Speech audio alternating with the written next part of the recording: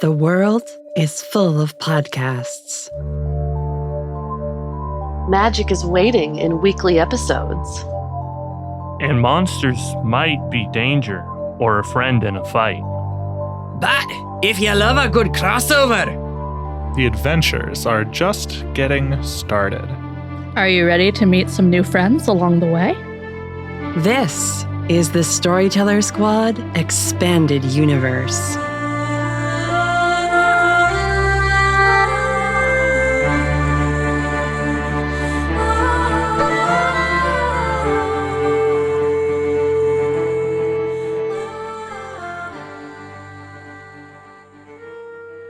Hello, adventurers. Welcome back to the Storyteller Squad. Thanks for joining us for more Monster of the Week. Before we begin, let's check in with our heroes, my lovely guests from Trials of the Apocalypse. Hello, I'm David, and I am playing Larry, the Searcher. Hi, my name is Emma, and I am playing Peppermint Mocha, the Hex. I'm Pat, or Patty if you're nasty, and I will be playing 5L3DG3, or Sledge, the Talisman. Hi, I'm Jel, and I will be playing Asa, the Divine. And I'm Natalie, and I'll be your keeper of monsters and mysteries. Let's have an adventure. We begin our camera moving through the busy neighborhoods and bustling activities of Kansas City. As our camera slows its opening pass, we arrive outside a coffee shop with a charming sign that reads in gold letters, Witch's Brew, Charms and Coffee. And as we pass into this cafe, we see a television mounted above the counter where a news report is in the midst of a broadcast. A large area of land near Kansas City has collapsed, damaging private property and public infrastructure. Local authorities have restricted access to the collapse site while cleanup efforts are underway. The City Council has requested a public report from the local community of dwarves who have recently come forward about their presence beneath the city. We turn now to the press conference where Dwarven Foremaster Deacon McCoun spoke earlier today. The camera shifts, we see lots of photographers and reporters with mics held up towards a podium, where a dwarven man walks up to the podium. We see that he is carrying a crate on his back, which he unslings and sets down and then climbs up onto so that he can actually reach the mic. He brings his own soapbox. Yes. And as he addresses the crowd, he says, Right, well, I'm Deacon McCoun, Foremaster for the Dwarves of Shelterstone. We dwarves have existed quietly beneath your cities for centuries. And now, just because you finally remember that we exist, you point your fingers at us every time these collapse disasters happen. But we're not the ones setting off charges in the earth like that's a bloody great idea. Fracking? You're all fracking insane if you think that's gonna end well. Now. And the footage cuts back to the reporter. We unfortunately have to cut due to the level of profanity that ensued afterwards. Tensions between Shelterstone and Kansas City residents have reached an all-time high, but city officials urge everyone to submit complaints and grievances to the proper authorities, and to keep the peace with our our recently revealed subterranean neighbors. And the report shifts, we get a weather report, something, but we pan away from this report about a sinkhole collapse to a young barista working this coffee shop counter. Pepper, can you describe your character? Pepper is young, 23, 24. She is dressed in clothes that make you think about what the Victorian era would have been like without the Victorian values. Corset situation going on, ruffly shirt, and a skirt that is just on the line of being appropriate for a workplace. And thigh-high boots, of course, with like stars and planets and stuff all over them in a very celestial style. Mm-hmm. She is simultaneously stirring a cup of coffee, getting the syrups mixed in, and pouring some water over some loose leaf oolong tea, as she's only kind of paying attention to that and only kind of paying attention to the TV at the same time. We can see in your coffee shop, there are a few dwarves here who are on their break or who have come this morning before their shift starts in the underground settlement where they live. And now I will describe what dwarves look like in this universe. Dwarves in our world are hairy creatures, as most dwarves in fiction are depicted, but these dwarves has very large, saucer-like eyes, dark and reflective, and they peer out of just a mass of hair and fur, almost cousin it if they didn't have glasses, though wearing clothes, jumpsuits of denim with tool belts around their waist and that kind of thing, and little dark fingers peeking out from the furred knuckles of their hands as they sip coffee or lattes. And they do appear to have beards that sort of are part of this hairy exterior of theirs. Some are braided, some are left wild and frizzy and unkempt, but they lack sort of any other facial feature. And when they speak, it just sort of makes the hair around their mouth move and rustle. You can see strapped to some of their tool belts are what look like breathing masks, which when they come in sometimes they'll take them off, but as they're walking, you'll note that these masks are what appear to have given rise to the legend that dwarves have very large noses. I like that. It turns out dwarves are very safety conscious when it comes to their work environments. I love that. So these are like some really furry guys. Oh yeah. Dwarves in this world are based on Momo, the Missouri monster. Excellent. Yes. Excellent. Yeah, just very, very sort of cute, but I suppose intimidating if you saw enough of them in the dark sometime. But that's dwarves. And also sitting here at the coffee shop is a friend of yours, Pepper. Jel, could you describe Asa for us? Yeah. So. And where are you sitting? I want to know. Oh, that's a great question. I think Asa is sitting at a table by themselves next to the board game wall, people watching. They are normal height, mostly gray skin, long pointed ears, and some bright yellow eyes and bright yellow facial markings that are reminiscent of lightning. Their hair is mostly sort of a medium length black, but with a big lightning-shaped spike at the front that you can't tell if it's like been styled that way or if it somehow just sits like that naturally. They have on one of their ears some golden jewelry that has a lightning bolt dangling from it, and they have fae wings that don't appear to actually be physically connected, but are certainly theirs. For our listeners, Asa is a folk, our version of fae and other humanoid supernatural creatures, as are the dwarves, just different variations of the folk collectively. But yeah, you see the dwarves sitting at the table, maybe a couple over from you, Asa, grumbling as they hear the report on the TV, even though the reporter's doing their best to remain neutral and only deliver the news versus putting a slant on it one direction or another. And they get up, they take their shovels and their pickaxes out, and they all wait on the corner for a moment. And a herd of sheep just sort of come around the corner. They're all wearing little saddles and they have little bags on them. And the dwarves pick a sheep, hop on, and they all ride off back towards the entrance to the settlement and the mine, as it's called by folks in town.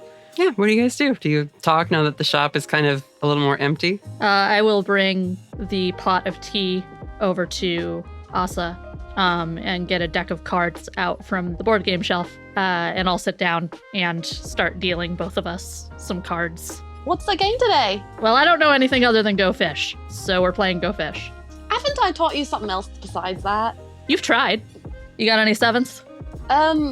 Yeah, I got a 7. Asa, you hear in your mind, speaking from the backpack you carry around, you hear the voice of your other companion, and she says, What sort of witch doesn't know gin rummy or cribbage? That's a great point. Do you say that out loud, or do you just... Oh yeah, no, I totally reply out loud. What's a great point? I didn't know if you would want to know. Oh, what was my hammer's name again? What did we decide her name was? Brigide the Tempered. Brigide the Tempered, yes. Just Brigide being sassy per usual. And she'll just nod. we get a little X-ray cross view of the backpack where we see this ornate, carved and decorative battle hammer as a little spark of electricity starts at the head of the hammer, wraps up the handle, and will come out and just sort of like poke you between the shoulder blades, Asa. Aye! Was that really necessary? Alright, if you're giving me lip, I'm gonna give you a lip right back. Well, now I've made her mad. And Pepper has a finger in her ear, wiggling it around like, yeah, I almost heard that one. Pepper, you're familiar with sort of a matronly figure in your life pestering you, as Asa has with their hammer, because you get a text message, and it's from a familiar contact within your phone. It's your mentor. Her name is Nana Margie. She's the Boston-based Baba Yaga character. What would you have her down in your phone as? Oh boy, I'm about to make a decision. It's gonna be one that I might end up regretting later. She's in my phone as Margie Sensei. Yes. Yes. Yes, you get this text from Margie Sensei that just says... Oh man, okay. It says, just so you know, payments due this week. Last class wasn't free, as usual. Don't want to run out of your grace period, kid. I'll respond back. So me painting your entire fence and doing all of your dishes, that was all part of the training I have to pay for? She says, what, did you not pay attention when I brought you over here with a teleport circle? Was my causing the dishes to lift not an adequate lesson in telekinesis? Or perhaps yet again you failed to make a connection with your familiar the way I have with Bloopery? I'm just gonna put my phone back in my pocket. Silent, put in pocket. Well, I imagine that there's probably a few more texts coming, so I'm just gonna let them all roll in. Yeah. Leaving Margie Sensei on red. So as your phone silently blows up in your pocket, you do notice a little tap at the door, like someone knocking. I'll go look. Who's there? Just very quickly, when Pepper gets up, Asa grabs her cards and looks through them and like switches a few around. Delightful. Yeah, you get up and go to the front door of the coffee shop. You see that there is one of those sheep with the little saddle at the door, nudging the door handle with its little snoot. I'll like stand in the doorway looking down at it. Hi. Meh. Ding, ding, ding, little bell around their neck rings. Kind of shake their head a little bit. You can see out of the corner of their mouth is like an envelope they're kind of chewing on, but it has Pepper written on it. I'll reach down slowly and be like, can I have that? You're able to take it easily enough. Okay. It's just a little wet in one corner. Okay. Maybe missing the return address. I'll give the sheep a little pat on the head. It just sort of stands there looking at you. Are you expecting a tip? Meh. Do you take PayPal? Bah. I don't have much in the way of liquid funds right now. I'm sorry. It just kind of stands there. I'll dig in my pocket for anything that might be in there, and I pull out like 2 dimes and like a fortune from a fortune cookie. Mm-hmm. It does have a little leather satchel on its collar with the bell, so you could open that up and put them in there if you wanted to. Sure. Okay.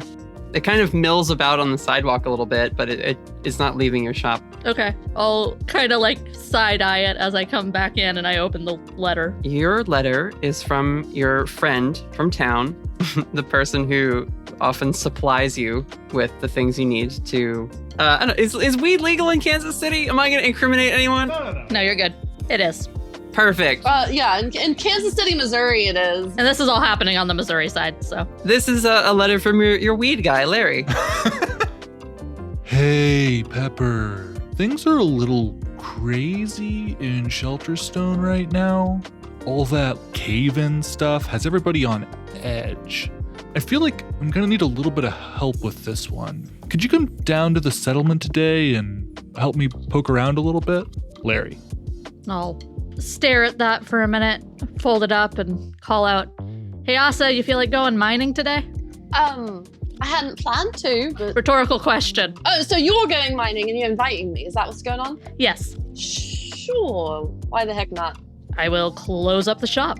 Close up Witch's Brew, and the sheep is still there kind of looking at you. And you remember now that this is actually the easiest and fastest way to get to the Dwarven settlement is to take a Uber. I see. I see. So you two can hop on top of this sheep and it will take you where you need to go. Listen, we've done a lot of dumb jokes on Toda, but I think Uber takes the cake.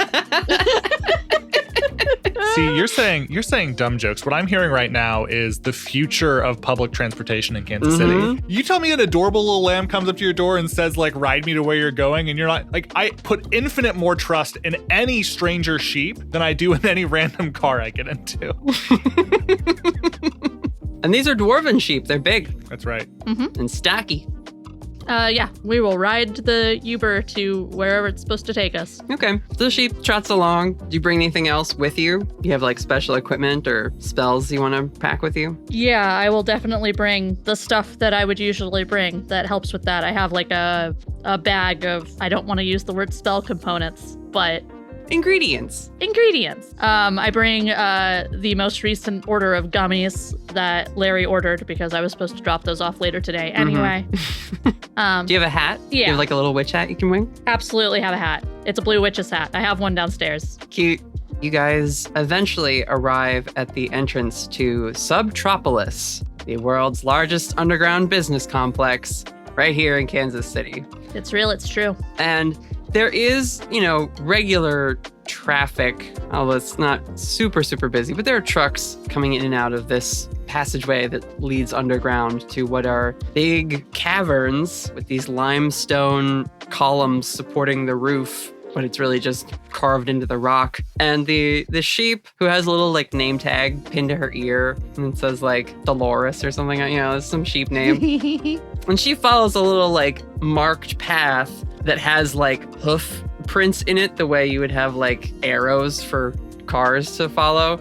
And so she just clops along, following the little hoof marks on this one lane that's kind of smaller than the rest of the lanes of traffic down here. And eventually, as she's walking, the columns, which are normally just these undecorated, stone columns, begin to have carvings in them. And at first, it's just some geometric shapes. You might think, oh, graffiti.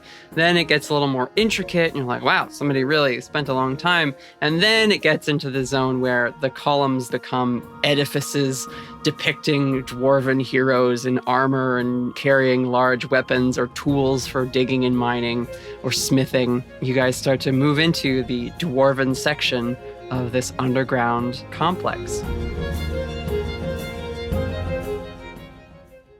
We are going to cut over to our other two characters and check in with Larry. Larry, could you describe your character? Larry, Stellar Starsguard, he has quite the friendly face. He's quick to smile, quick to laugh, and every garment that Larry is wearing, except for his beat-up jeans, is made of hemp.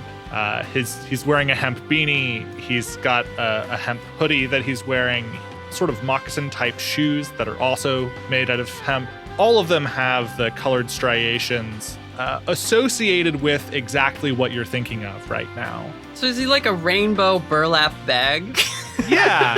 He's got one of those faces where you're not sure looking at him whether he's like 25 or 45, but he's probably one of them. Mm-hmm. The gayest sack of potatoes. That's so incredible. Rainbow Burlap was definitely the name of my band. Notably, in addition to his burlap bag edifice, he also has around his neck on a lanyard a really nice set of binoculars. And on that same lanyard.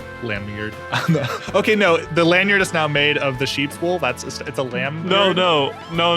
The Ubers didn't have ear tags with their names on them. They're wearing lanyards. Have lanyards. Ah, okay, that's good. Yeah, I have a lanyard as well, which has embroidered on it my name, Stellar, and then with a sticky note on it that quote says Larry. And yeah, also on the lanyard next to the binoculars, on the same little carabiner keyring, is a oversized with a massive lens camera, and then next to that is like a shotgun microphone, and like all of this is just like dangling around his neck. He has all of his searcher type tools just like there handy, so like at a moment's notice he can record something, or at a moment's notice he can take a picture. And at a moment's notice, he could trip into a puddle and ruin all of them. Oh yeah, no, it's like, I want to say thousands, but everything he has, he got secondhand at a garage sale. So it's like dozens of dollars worth of equipment.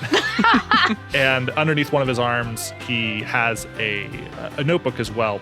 And he's kind of tapping his pencil against it when the Uber rolls up. They're not there yet, because you're actually seated in the driver's position of a forklift. Although you're not driving the forklift. 5L3DG3. Could you describe yourself for us? I would love to. 5L3DG3, or sledge, is a picture a forklift.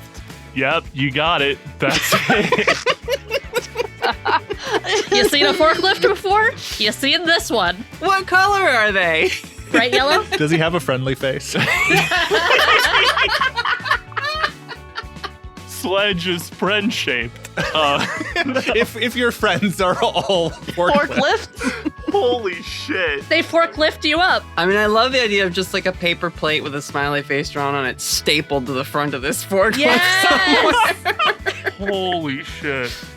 Anyway, sorry. Please talk to us, Pat. Tell us about Sledge. So sledge is, for the most part, or they, pronouns are weird when you're a sentient forklift, aren't they?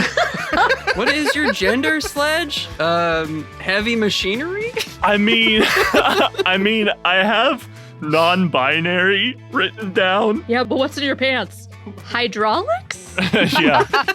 But I also have under non-binary, it just says a sledgehammer jammed in a forklift gearbox. So It sort of is a they situation in the sense of plural, because there is the forklift and also the sledgehammer. yes. Yeah, so let's get the details on that. So they are like a reddish orange forklift with bright red forks, and then a black sort of cagey top where it's got the like diamond lattice see-through type thing that you can see through if you're sitting inside, but like a plexiglass screen in the front to simulate a windshield. And then there's a big scratch on the, let's call it the passenger side, because I don't know how else you would describe it on a forklift. Inside where the gear shift should be to like switch it from drive, park, neutral, is just a sledgehammer just jammed in there. The hammer side inside the actual gearbox with the handle coming out. Can I tell you guys a really stupid thought I had while you were describing that? Yes. You said that the hammer side is what's jammed in, and my brain went, but then how can he see? As if the head of the hammer is where the eyes are. This is definitely a question you've asked him, or it's a question you should ask. While in forklift form, he sees through the headlights of the forklift, obviously. Obviously. But yeah, so Larry and Sledge, you guys are driving throughout Shelterstone, which is this expansive dwarven village just here underneath Kansas City. And, you know, the buildings, some of them are built into these columns that rise up. And, you know, the cavern sort of dips lower to create an open air kind of space here. But the columns still need to rise from whatever base level up to the top to support the above section of limestone. So some of these columns are very wide and actually serve as like apartment buildings with multiple levels and little patios and things built into them or carved out of the stone. Little marketplaces are set up. There is some wood building down here, or like wood additions to stone base architecture. And lots of sheep and goats just sort of pulling carts and things down here. There's moss gardens and little areas where these like bioluminescent beetles sort of flit about, providing UV for the grass that they have to grow to herd their sheep and goats on. Yeah, it's just this bustling little dwarven city, and there's all sorts of hammering sounds and chipping away as people are constantly decorating and redecorating the stone, recarving things, carving a new section of the, market district, or expanding, living quarters in one chapter of the city. But mostly, you are going around and asking people if they know anything or have concerns about these cave-ins and the rumblings that have been going on here under the ground. And again, the most recent large one, which caused a collapse above the surface, as you are meant to basically report your findings to the Foremaster and give sort of a report of how the settlement and operations are doing down here. You can talk to each other, you can talk to some dwarf. Let me know what you want to do. So I had a plan for Warhammer this Saturday, right? I'm thinking our execution to defeat the giant is you flank on the left, I flank on the right, and Tommy goes right down the middle, and we just with that new big-ass gun he got. There aren't guns in I'm Warhammer. pretty sure there's guns in Warhammer. There's totally guns in Warhammer. They're space marines. They have guns. It's 30,000 years in the future, baby. Pat, have you ever actually played Warhammer? No, I've never played Warhammer. Warhammer was David's idea, and before you just call me out, David also has never played Warhammer. I think of Stellar as the kind of person who plays Warhammer, but I myself have not. He loves painting the mini. That makes sense. And if you have armies, if you have Warhammer armies and you don't play with them, that's just sad. As someone who knows people who do play Warhammer, it's not sad, it's reality. Sometimes reality can be sad. Here's what I think. Stellar plays Warhammer. He doesn't actually know how to play Warhammer or any of the lore. Okay. Someone got him into the mini painting at some point. I think he's like nodding and is like, no, through the middle sounds great. He's got like that new set for his army, right? They've got like the shoulder mounted. I was really interested in getting into some of those artillery pieces, getting some for my collection. But no, yeah, that plan sounds great. And like he idly turns his head outside of, I think when he's talking to Sledge, he just kind of like faces the gear shift. Sledge and Stellar don't always have a clear relationship on who's supposed to be driving. Sure. Like, because Sledge can, but he can also let Stellar do it. And Stellar can, but also like Sledge is capable of just driving himself. And so it's not always clear who's doing that. And so in classic not being a great driver, Stellar kind of looks and talks to Sledge as the hammer instead of the vehicle itself. Mm-hmm. And he casts a glance outside and he's like, and he like taps the dash. Because I'm assuming Sledge is driving right now, kind of asks for him to stop. I think there's maybe some dwarves here that he's interested in asking a quick question to, because like they're on this mission, but they're also having this side conversation. Hook me up with some dwarves, maybe. We can say you're like headed towards one of the construction sites, maybe, because, people have been going missing. There's dwarven workers that have just like not shown up for their shift. And people are like, what the heck is going on? Why is so-and-so late to work? They're never late. Dwarves are very fastidious and responsible beings. Well, not to mention it's bad for production. It's bad for production. So you're coming along and you see these dwarves who also have other forklifts they're using to like lift a large section of stone to try and slot it into place. So yeah, but it looks like they're struggling and like they're gonna like burn out the hydraulics on their non-sentient possessed forklifts if they don't get an assistance pretty quick. I think we'll pull up and I'll step out of the forklift and tap on the side. You want to help them with this? I'll like try to chat with someone real quick. You're just gonna leave me to do all the work again? Bro, you know that I'm not forklift certified. I was gonna ask, and I'm glad we got an answer. What if Sledge isn't forklift certified? Well, actually, we had that debate with the foreman once, and it turns out that if you yourself are a forklift, you don't require certification. There you go. I opted out. Okay, but if you are driving the forklift that is possessed, I'm pretty sure you still need certification. That's what I'm talking about. This is why Sledge drives. Because you literally can't. Yeah, Larry definitely does not drive. We know that Larry was sitting on the passenger side of the forklift. That's right. That's right. Every side's the passenger side when the forklift is driving itself.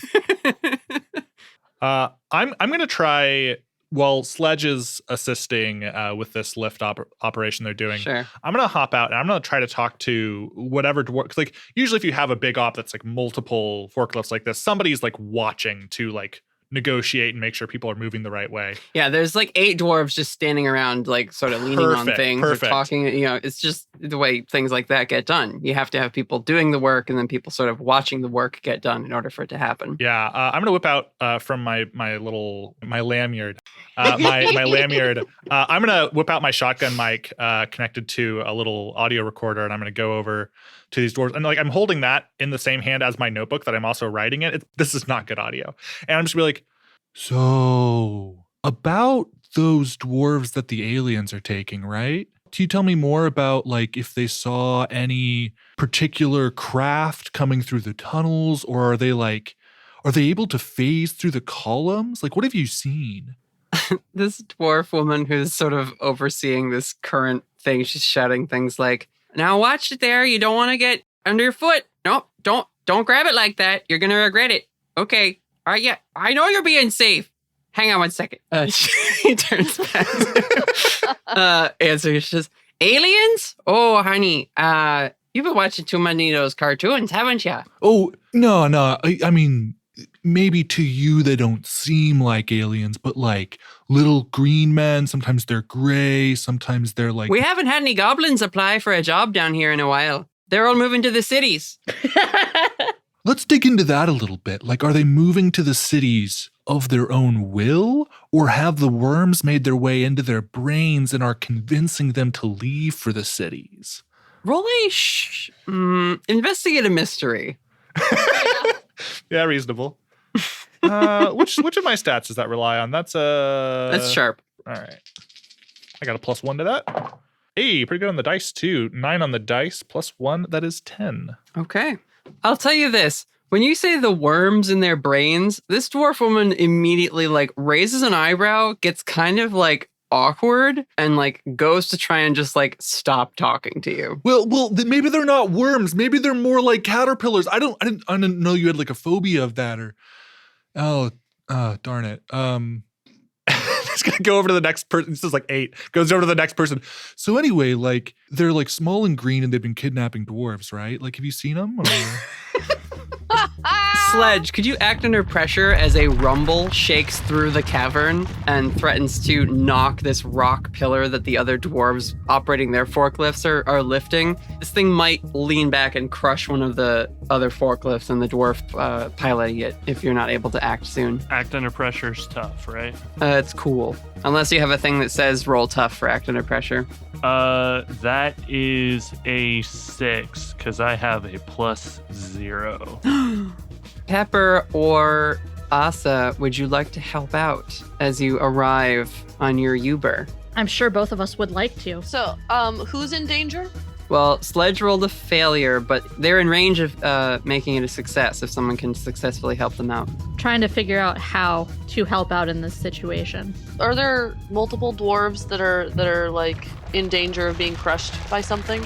Yeah, I mean, they're all rushing to try and like support. You see many dwarves that were just standing there watching the work get done immediately take into action, and they start like just pushing and lifting the stone with their bare hands. You know what I might try to do is use one of my moves.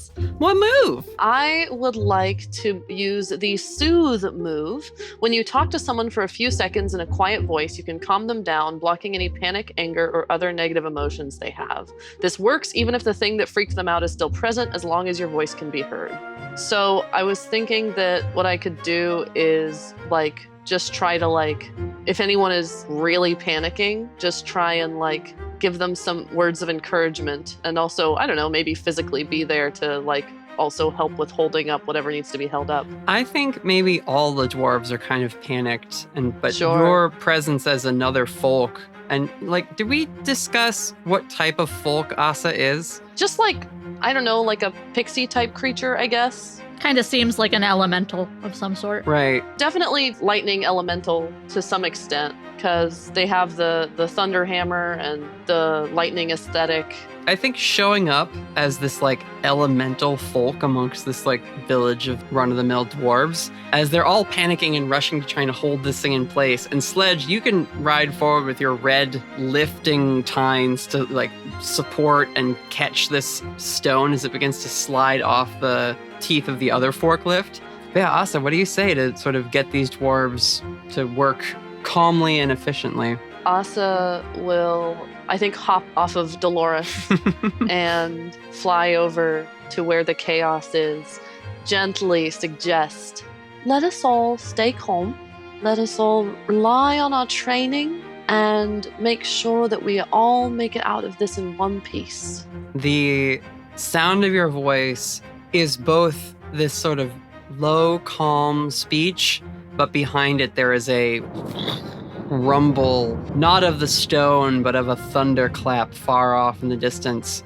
And the dwarves straighten a little bit. They dig their heels in. And other dwarves who just are in the vicinity, they're not maybe workers technically on this job, but they put down what they're doing and they rush over. And you can see this community immediately springs to life, having been given this bolstering encouragement. And they all eventually get this pillar righted and into position, and it lands with a shuddering thud.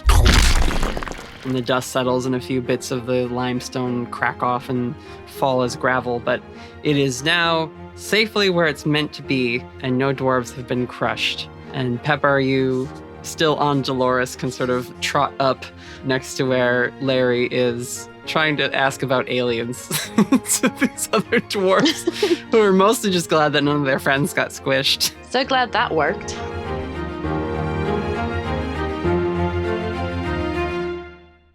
Please tell me what I walk up hearing. No, I'm not talking about, I know like the goblins have left and like, no, they're little green men. They take people. It's a thing that happens, and like there's missing dwarves. I'm just saying that coincidences don't happen. Not underground, man. Buddy, I'm half red cap on my cousin's side of the family, and they wear all sorts of colors, not just green. I mean, historically, red caps is like their whole thing. So, like, I don't think you're going to find little green guys running around. Sometimes their cloaks are green, but that's like an elfin thing they picked up a while back. Completely, these dwarves are missing the point. I love that. I think Pepper's gonna roll her eyes as she comes over. Oh, Stellar, I've been looking for you. How about we go and talk away from these lovely people? Yeah, maybe this is a discussion for another time. It's kind of sounded that way. I would agree. And you see stepping up is another young dwarven woman. You see some of the like big dwarf hair is like pulled up into a little like fluffy ponytail, but then sort of on the side are like little ribbons tied in, giving her sort of like braided or like, ribbon braids at the sides of her face. Even though, again, you can't see her mouth, it's just the big eyes and the hair all over the place. And she's not wearing what these other dwarves are wearing. There's no workers' uniform or like the denim jumpsuits or even just like civilian clothes. This dwarf is in a very neatly trimmed and fitted dark suit. And she reaches into her coat and pulls out a little black badge that she flips open, and she says, Agent Mara McCoun with the Eastey Agency. I'm here to talk to the Formaster and people who work for him about the recent collapse. See, you were trying to chase down aliens. You should have been trying to chase down the men in black, it looks like. When they flash the badge, Larry's hands are in the air. Like, They're not after you, Larry. Sledge, one of my abilities as the talisman is that I have a telepathic link with my partner, who is Larry, and I'm going to tell him through telepathy, just play it cool, man. I'm trying so hard right now, man, but like, what if they check the trunk? My trunk? Yeah, your trunk? What trunk do you think I'm talking about? You think I have another trunk in here right now? What did you put in my trunk? Bro, I don't remember. What do you mean you don't remember? I I mean, you know how things get on the weekends. Like, I could have put anything in there. Sledge, you have full control. You could pop your trunk and eject whatever got put in there if you wanted to. I swear to God, man, if you're using me to smuggle drugs again. Why do you think I'm so worried? I don't know what I'm using it for right now. Bro, I was so blitzed. You know how sometimes the universe embraces you in a way that feels both like loving and empty at the same time? I remember when you used to embrace me like that. Agent McCoun has walked over to you, Pepper, and she says, so he's having like a moment or something, it seems, but do you work for the Formaster? I don't, but I am sometimes hired on as a contractor, so I was actually sort of talking to the person I thought who was going to hire me for said contract. Points over at Larry. So you're like a free agent witch then? Yeah, that's it. Pleasure to meet you. She puts forward a furry hand. I'll shake it. Yep. And I'm with her. This is Asa. Sledge will pipe up. And I'm with them. As far as I'm aware, they work here most of the time. Don't you, Sledge? Oh, I'm here all the time. Here all the time and nowhere else. We've been absolutely nowhere. Listen, I live in this cave. You know what I'm saying? Right. Pepper just blinks slowly.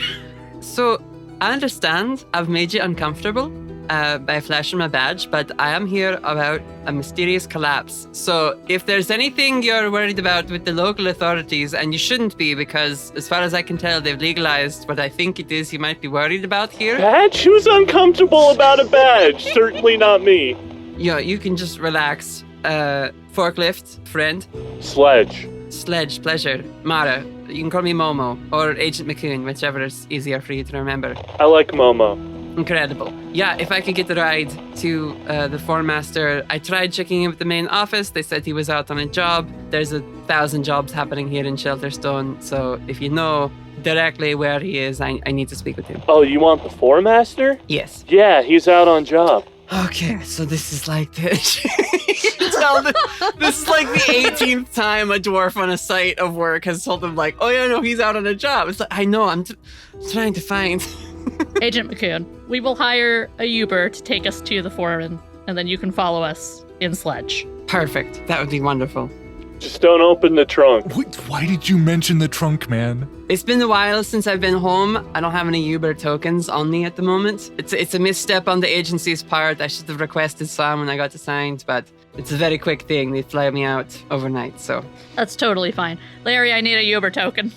Yeah, you ask for a Uber token, and Larry digs through one of his pockets, and he produces like a tightly wound bundle of good-tasting grasses. It's like a baby carrot wrapped in some like sweetgrass, and then like a little like wheat tuft or whatever. Yeah, exactly. I love that. Yeah, he hands that to you to pay for the Uber. I'll lean down in front of Dolores and hold it out to Dolores and say, I need you to take me to the foreman. Munch up the token. That was impressive. Thank you. So they square up once they eat the token and wait for you all to climb on. It doesn't seem to matter how many of you need to get on. She's big enough to carry you all. I love it. I was about to ask, so we have like 2 riding on the in Sledge and 2 riding on the U, I think. But either way, it should be fine. Yeah, Dolores will start trotting along. Again, down these like yellow street paint. What am I trying to think of? It's like a bike lane, but it's got sheep hoof, paintings on them. It's a Uber lane. So I've been waiting for a good moment. I realized when I described my character, I did not describe any clothing. I did kind of just assume that her body was like just a bolt of lightning or some shit. That's okay. I didn't describe any clothing either. What clothes does Asa wear? I feel like I feel like they're wearing like a battle dress type of thing. We actually look like we should actually be traveling together then, probably. Yeah, I think so. And I also forgot to mention that they have dark sclera as well, because that's pretty cool. Yeah, a little lightning warrior. Yeah. So Dolores, how long have you been ferrying people? 4 years, really? Wow. Sledge, are you flirting with a sheep? I'm talking with a colleague.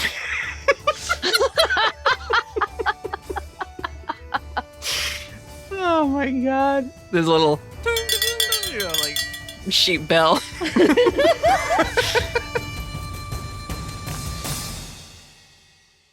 Does Sledge have a horn? I'm just curious. Does Sledge have a horn and what kind of sound does it make? Of course he has a horn. He's a forklift.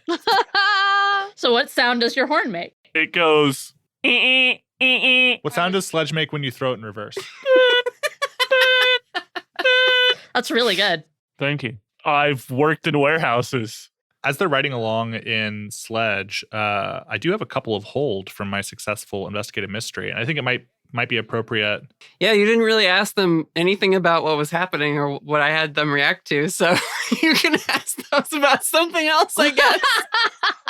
Well, I figured. Oh my god! It was more. This is the energy that Stellar brings to these conversations, and so along the way, there's like two main investigative mystery questions. I think that he would, in the course of their conversation, maybe ask Agent McCoun about.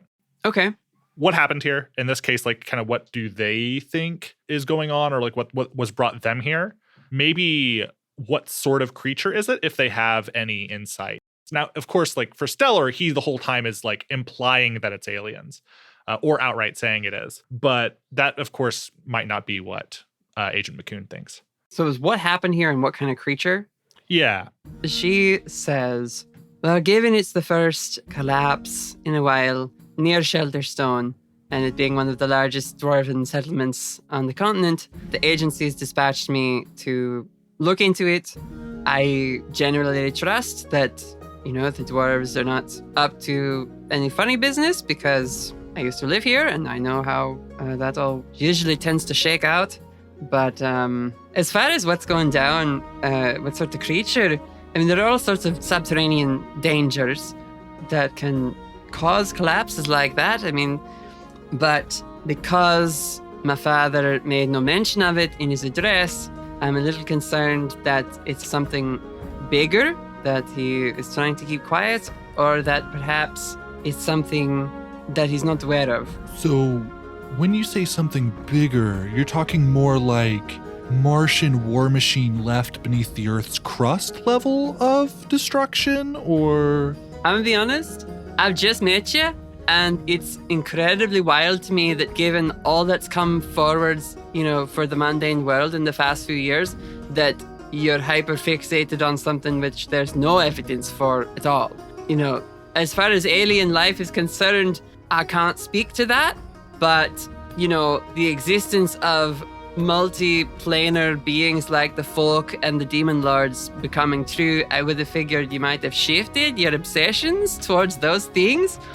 It's admirable, though, I guess, that you want to cling to hope that your thing will pan out as well. Well, You would think that he would have shifted focus. it's all about establishing the truth, you know? Like, I've known for far longer than the rest of the, you know, the other mortals here in this world with me, who I call my brothers and sisters. You know, like, I've known what was out there, and I tried to tell them, and finally, you know, it's been made manifest, and they've seen for themselves. But, you know, the folk, you know, our dwarven friends down here, just the tip of the iceberg. The tip of the very large iceberg that was planted here millions of years ago by Neptunians. Pepper looks over at Asa and she's like, I think I have to do it. I think I have to stop giving him any strains that have any chance of paranoia. It's a public service thing at this point. You think that's bad? You should hear his theories about the sewers. They don't connect. They don't go to they claim they go to the rivers. They claim they go to the sources of water. They don't. They go straight into the coffee makers. The coffee makers, yeah, I know. That's why I don't drink coffee. I have shown him the hookups. Mm-hmm. I've given him a full tour. Yep. Goes into the coffee. Does Kansas City have sewers? I suppose the city, they must have something they like do. that.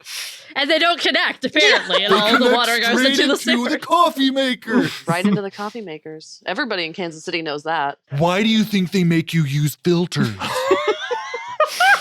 Oh, Lord.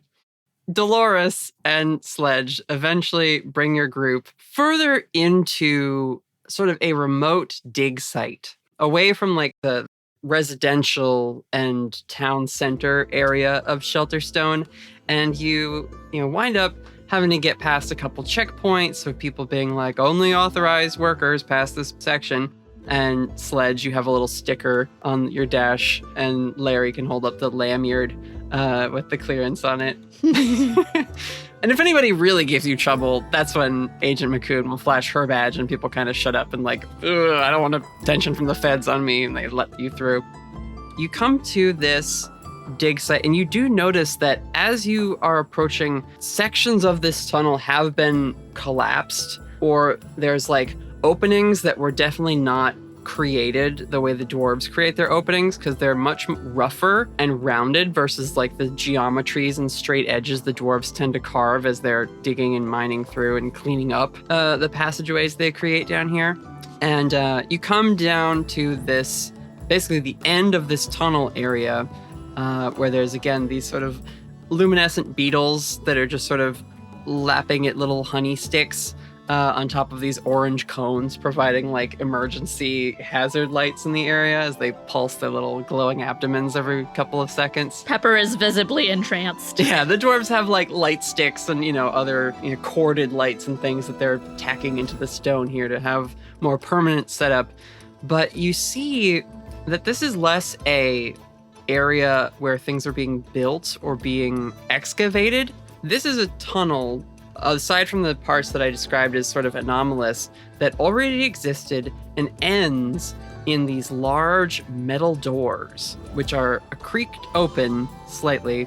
And you see several dwarves, a couple with like actual weapons, like dwarven hammers, similar to yours, Asa, and similar to the one shoved into Sledge's forklift body, standing at attention in front of these doors.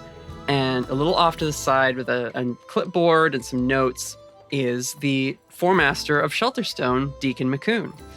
He's got a little pair of spectacles that are sort of floating in front of his big saucer eyes, but then like the rims of them just sort of disappear back into the hair of his face, and his big beard full of many, many different braids. As you can tell, he's already talking a mile a minute and shouting orders and pointing and here and there.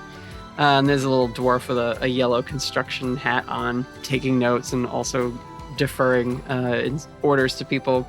But yeah, as you ride up, he's saying, "It can't be helped. This kind of breach happens once in a great while. We'll just seal it back up, get everything locked down good and tight, and then move on. We just got to weather the season. It'll pass." So are both the agent and the foreman McCoun's? Yeah, and you heard her mention earlier that her dad is the foreman. Oh, okay. Right. I think Pepper's going to lean over to Agent McCoun and go, "Do we bow, or what's the protocol?" Oh, don't do that. He'll absolutely hate it. Okay. She'll climb out of Sledge and sort of just brusquely walk over. "Foremaster McCoun!" And he looks up from the clipboard, takes the glasses off, and says, "By the stone! Mara, you're back! Have you finally come to your senses and quit that stupid office job?" And you see her hair like bristles and she gets all like tight in the shoulders. Oh my god. "No, Dad, I'm here because of the collapse. I'm on official agency business." And he says, "Agency, what are they poking their noses in our business for? They know we follow the codes." And she says, "Yes, but codes don't account for the new situation with, the outside world." He sees the rest of your group there, and he says, "Oh, do you bring a whole committee down? I've already talked to committee after council. Everybody wants a word from me. Well, I got work to do. Can't you see that?" And he's pointing back at the doors. Pepper has started stress petting Dolores, just like... Dolores doesn't seem bothered. Dwarves are constantly shouting and hitting things with hammers around her. She's just sort of chewing whatever, breakfast she had. Her calm energy will help keep me calm in this tense situation. Mm-hmm. Her little tail wiggles back and forth. He eventually sees the rest of your group, and he sees Larry there. "Larry, did you get the statement from the other workers?" Yeah, Boss McCoun, yeah? No, I've got it all here on my recording, and I noted down everything they had to say, which was mostly they didn't have anything to say. He asked him about the aliens again. Mostly, get away from me, you weirdo. You see, he's like pinching at the bridge between his eyes. Maybe there's a nose under the hair, but you can't see that. He's just like, lad, you gotta stop harassing people about your theories. I'm just trying to uncover what's behind the disappearances like you asked me. And now you're telling me there's like a sinkhole too? Like, Martian war machine is seeming more likely by the day. Stellar, have you ever heard of confirmation bias? Have you heard the news, boy? There was a whole collapse. The town up top had a terrible accident. I mean, it's not our fault. It's nothing to do with us. There's nothing down here collapsing that's Dwarven made, I'll tell you that much. Well then, what's going on up here?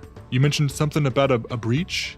You notice the other dwarf next to him kind of like hides behind a clipboard as you've like caught him in a contradiction of what he said. He hears that dwarf kind of like shudder and he says, "Get back to work. Keep 'em moving. We gotta get this sealed up. I'll go talk to the agent here." And he gives Mara sort of a sour look, big bushy eyebrows squint down over his saucer eyes. And he says, "Let's go somewhere a little more private, if you don't mind. Can't be airing our dirty laundry at a dig site, can we now?" No, this, if you hung up laundry here, it would just get dirty all over again. It's true. An excellent point. He brusquely walks past you all, grumbling, "Reporters, agents, useless PR people, what am I getting?" Sledge is gonna follow closely behind Foreman and Larry.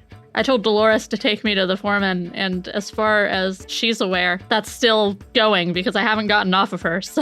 You haven't gotten off? Okay, Dolores will just sort of clop behind. So he's just gonna follow. You just see sitting cross-legged with a little teacup on top of this sheep as she walks you around down here.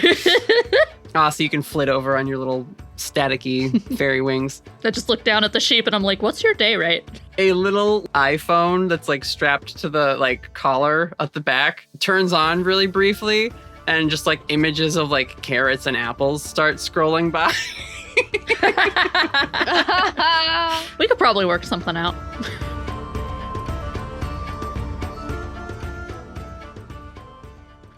The Four Master sits down in front of one of these rounded tunnels, the sort of unbuilt, uncarved, undug section of this tunnel that just goes off into darkness. There's no lights that they've set up down there. There's no seeming interest in the dwarves of exploring where this goes right now. But Deacon sits down, kind of runs a hand through his very thick head of hair, and waits for y'all to get situated.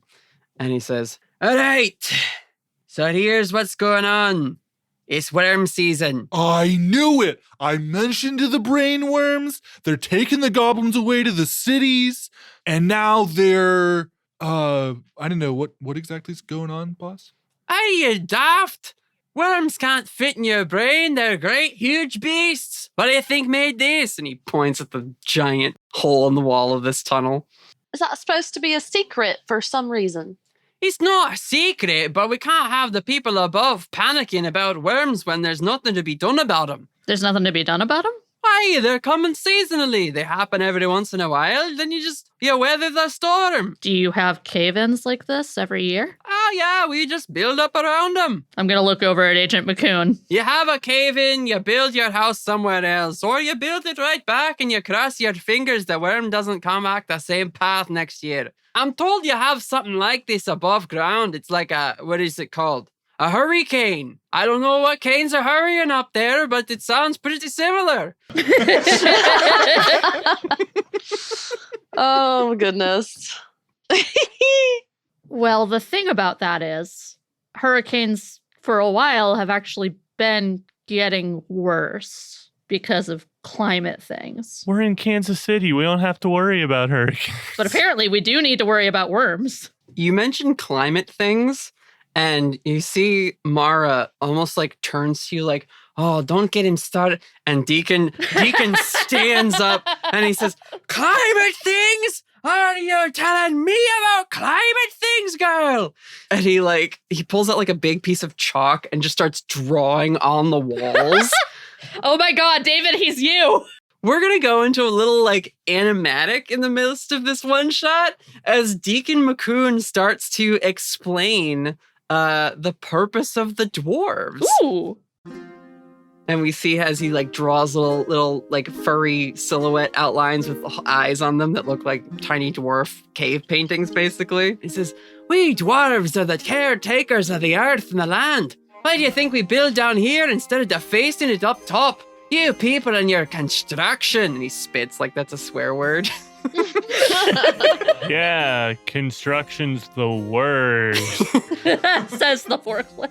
We dwarves, we dig, we carve, we don't construct things on top of the earth. I mean, humans, ever since you came up with the great idea of burning the dark stuff in the ground, where do you think that comes from? And he starts to explain that, like, during the Celestial War between Paradise and the Celestials that turned on them and eventually became the Demon Lords of the Place Apart, there was a movement amongst the demons to sort of create necromantic creatures from things long dead in the earth's ground. They were trying to raise this like undead army, and then it got distracted, or the ritual didn't quite take, or something happened. The war ended maybe too soon. And he goes on, he says, "But that foul magic, it's still down there, still waiting in the stuff that you should have left alone. But you humans started digging it up and had the great idea to burn it." And so you put together, he's saying that like fossil fuels, the reason they're so bad is because of all this malice and dark arcana that the demons poured into them, trying to raise basically dinosaur zombies to fight for them. "The dwarves have been working with the elves and their trees to gather that foulness from the air as you push it out for all your machines, your vehicles, your homes. The trees from the elves collect it, they condense it, and they give it to us. We bury it in our vaults, back where it belongs." You gonna get back on the worms anytime soon, Foreman? He says, "Occasionally a worm will come by and disturb a vault. That's the breach I was talking about. But we got to keep it hush-hush, or the humans will come up with a reason to come down and burn what we've condensed again. It's no wonder the whole bloody planet's on fire when you're burning demon magic into the sky." Pepper's gonna like literally raise her hand. Yeah. I saw you on the news earlier. Did you talk about this? "No, I don't think the reporters are interested in that. They're just mad the house topped over or something. I say let them learn and dig something into the ground like us. Uh-huh. It's worm season. Humans have been unaware of worm season for 100 years, at least. What am I gonna do? Throw them into an even worse panic? Then they'll blame us. They'll say, 'Why don't you do anything about the worms, dwarves?' And I say, 'We're already saving your bloody planet.'" I need a t-shirt that says it's worm season with the shrug emoji on it. It's worm season. Well, specifically a shrugging very hairy dwarf. Correct me if I'm wrong, but it seems the amount of destruction is a lot worse than, humans are used to. Are the worms angry? Well, I don't know. I haven't seen the worm precisely. It hasn't come by Shelterstone at all. So as far as I'm concerned, the humans got unlucky. But we've been weathering worm season for millennia at this point. You just go to pick up your breeches and pick up the mess they make. It's only a singular worm. Oh, they don't travel in herds. They're pretty solitary creatures, yeah. And you said that it disturbed a vault.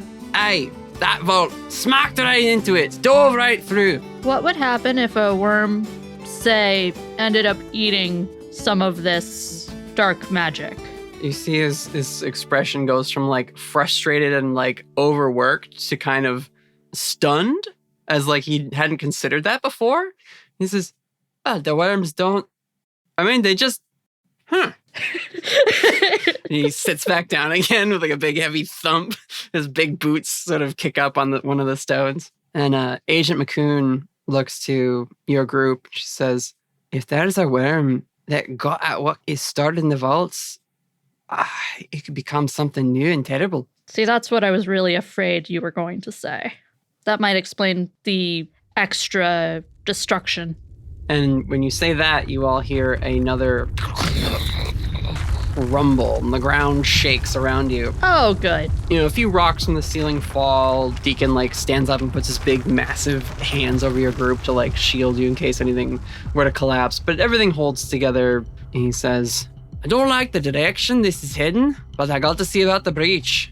You can all come into the vault, I suppose, if you want. Even you, Miss Agent. Momo says, right, yeah, I think we'll gather some evidence. Maybe we'll see what this thing's done to the containers, and then maybe we can follow its trail. Should be easy enough to do that. I mean, they dig giant holes, right? So It's worm season. Let's go catch a worm. It's worm season. It's worm season. welcome to Kansas City. It's worm season. Are you ready to meet some new worms along the way? Something wicked this worm comes. Oh my goodness.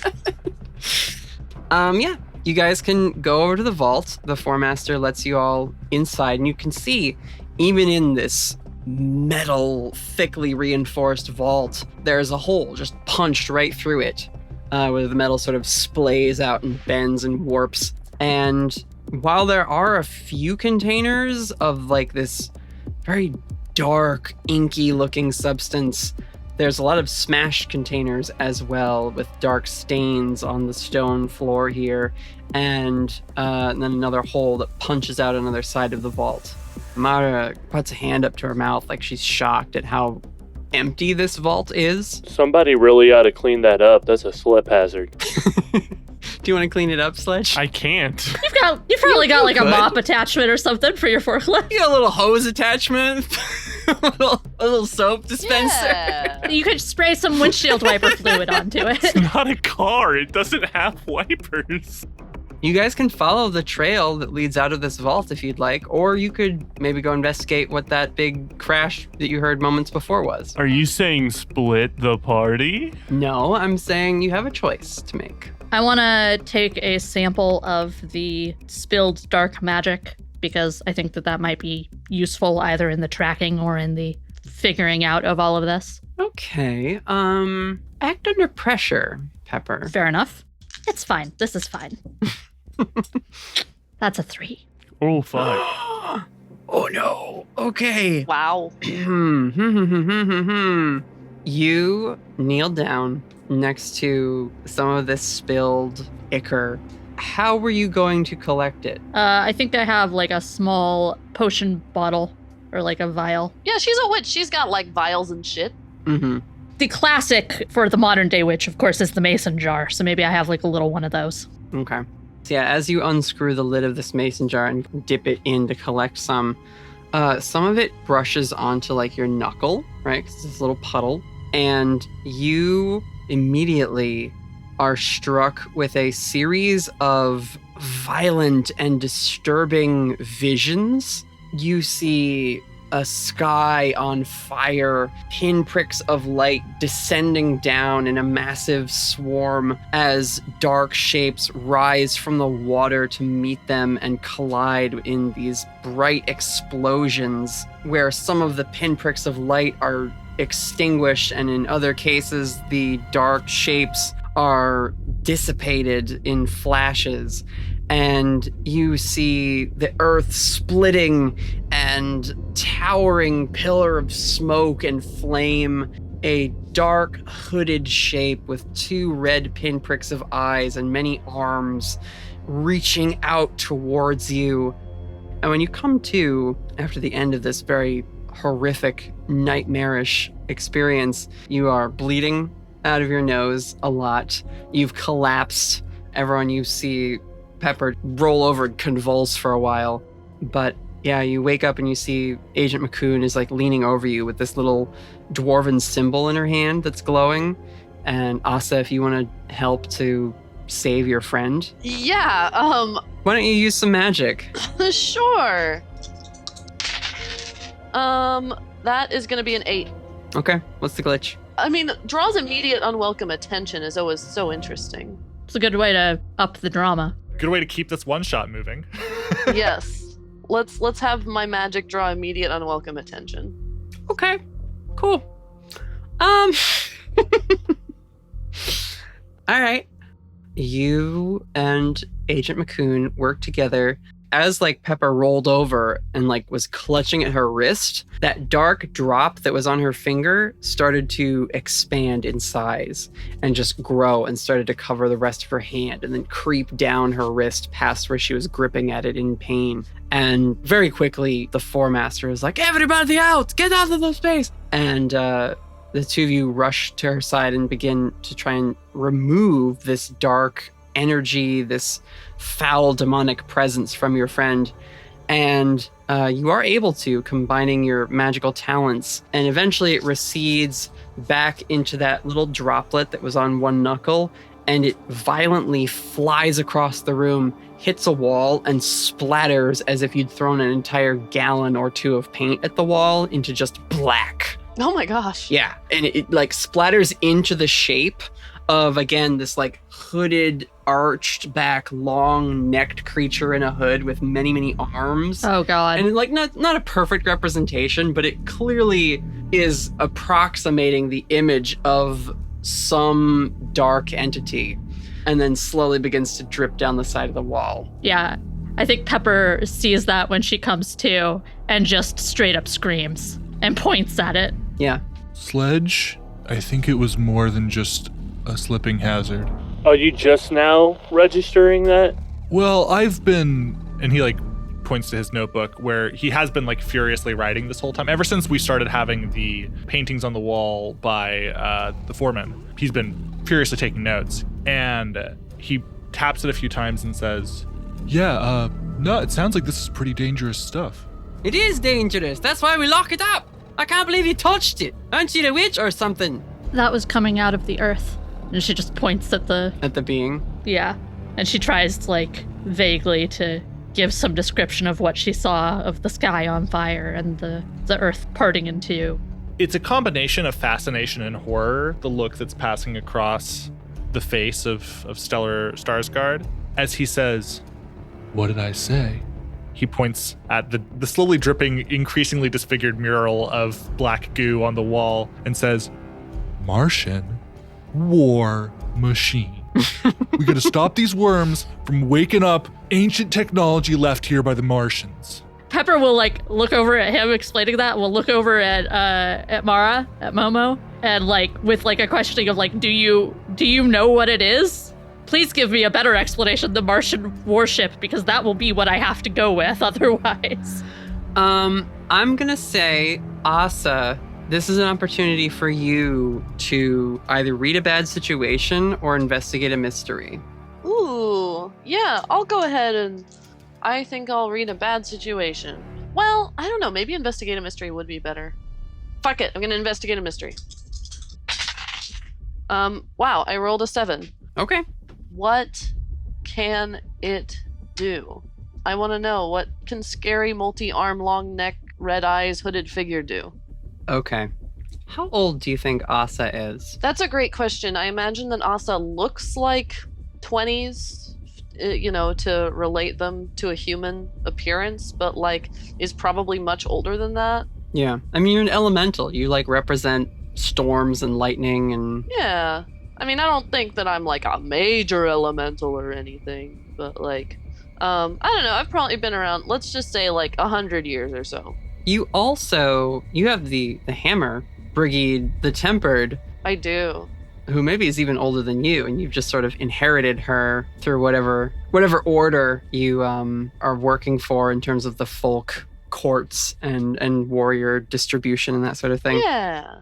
You get a little whisper from your backpack, and she says, That's the Lord of Rot and Unnatural Appetites, that's Beelzebub. Beelzebub? Are you kidding me? You recognize that name as one of the 7 demon lords. The ones who sent forces to attack a group in Atlantic City in New Jersey a year or two back now.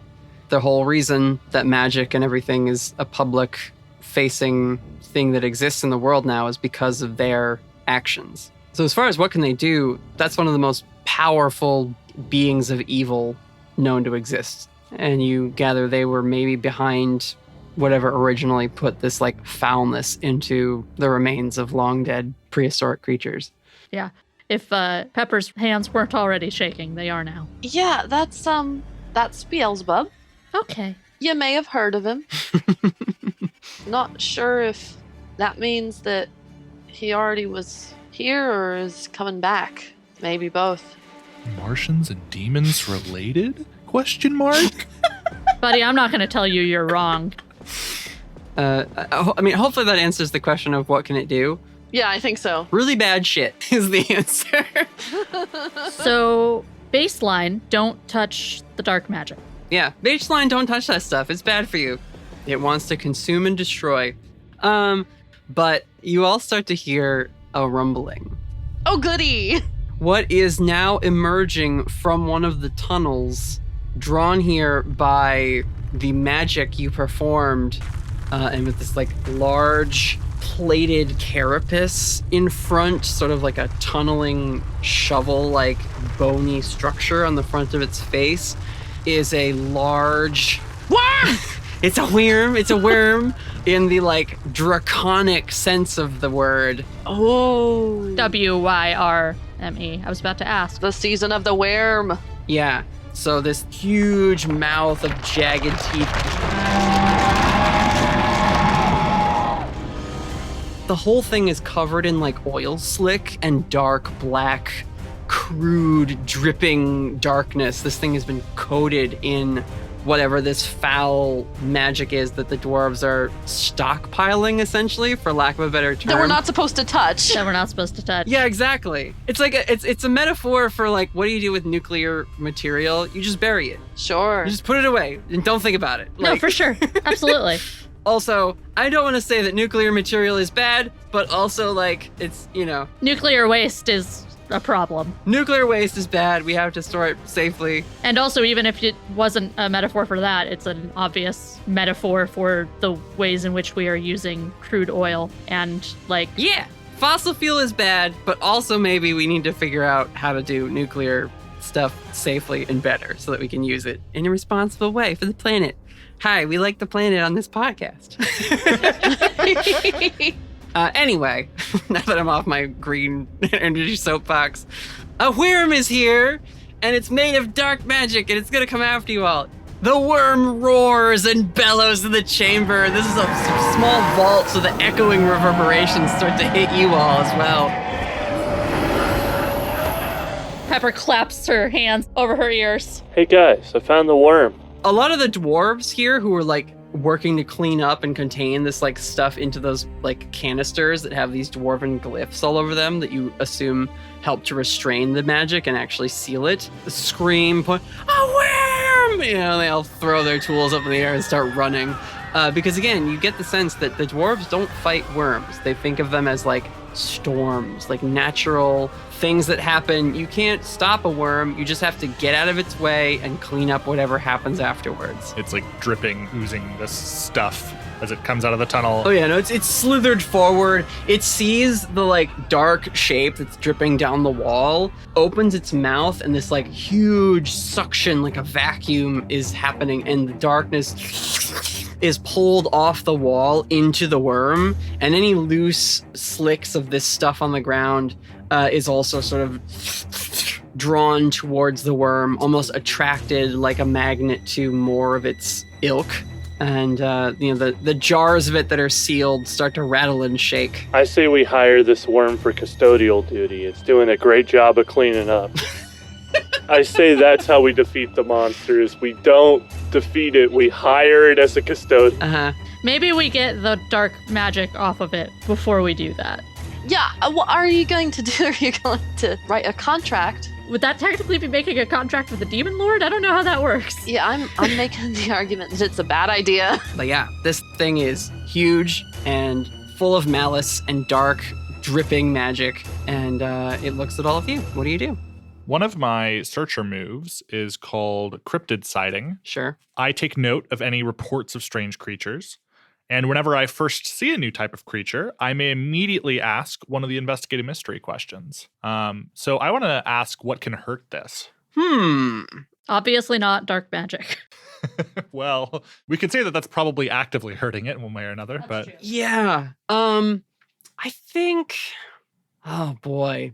I don't know that you would have anything that would let you know what would hurt this yet. In the spirit of that question, it's got to be something you would have like reasonable ability to understand or know. I'll tell you this. In certain cases, maybe in like reading the dwarf dig site safety manual, you would know that worms tend to dislike bright flashes and like loud sonic things because basically they're these subterranean beings, and when they're not corrupted by this dark sludge, they just dig around the earth and make tunnels and exist as these underground spirits of earth, basically. The dwarves maybe will sometimes set up defenses to like discourage a worm from coming through a residential area, and it's through these like intermittently flashing flash bulbs or just sort of a low pulse sonic system through like speakers or whatever, to sort of defer the worm somewhere else. Okay. Like deer scares and that sort of thing. Yeah. And in like, not that this is a good practice, but the way that like sonic weaponry underwater is like really bad for like whales and that kind of thing. It's like a similar issue because again, the seismic and even sonic waves just travel through the rock and they're like, pick it up. Does anyone have a lot of Dawn dish soap? Wait. I don't even know if you know how funny that is because the vast majority of Dawn dish soap is made in Kansas City. Is it? Really? What? Yes, Procter & Gamble. I didn't know that either.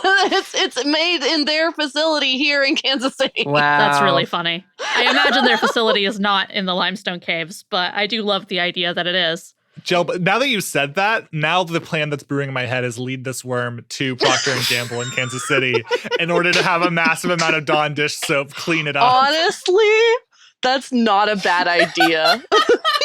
Except for the part where when we lead it, it has to go through a lot of... Yeah, that would destroy a lot of infrastructure. I live near there. I don't know if... Yeah. my God. Pretty sure we'd go by the cafe on the way. Wow. Natalie, you knew when you invited us that we're an unhinged group that does the weirdest solve for issues. You know, when I originally designed this one shot, I figured like, oh, maybe they'll do some like big magic with the dwarves, but no, we're going to go to a soap factory, I guess. I mean, we don't necessarily have to lead it there if what we do is we set up a teleportation circle around the worm and we teleport it to Procter & Gamble. And then it's Procter & Gamble's problem. Now you say that. I assume this worm might be pretty big, pretty difficult to draw a teleportation circle around. However, my other move that I have from my playbook is that I can instantly go anywhere I've visited before, and I can carry one or two people with me. Okay, those are people, though. What about a forklift? Can you carry a forklift? Can I carry a forklift? What a great question. No. Whoa. Okay, if Sledge counts as a person. Of course Sledge counts as a person. What is that question? How dare you? Debatable.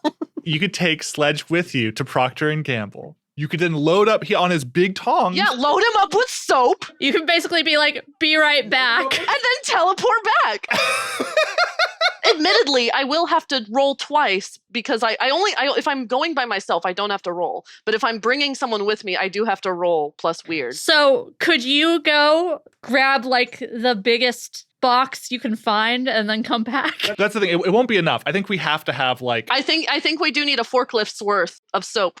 I don't even know if the soap will work to begin with. Well, we have to like, make it magic in some way. Yeah, you're a witch. Magic soap. I'm going to yes and this, but I have to stress how much danger you all are in. So if you're doing this, Asa, you need to move. You need to get Sledge and you need to get them and yourself teleported to the soap factory, production plant, whatever, and like start on this course of action while the rest of them deal with the worm. Let's do it.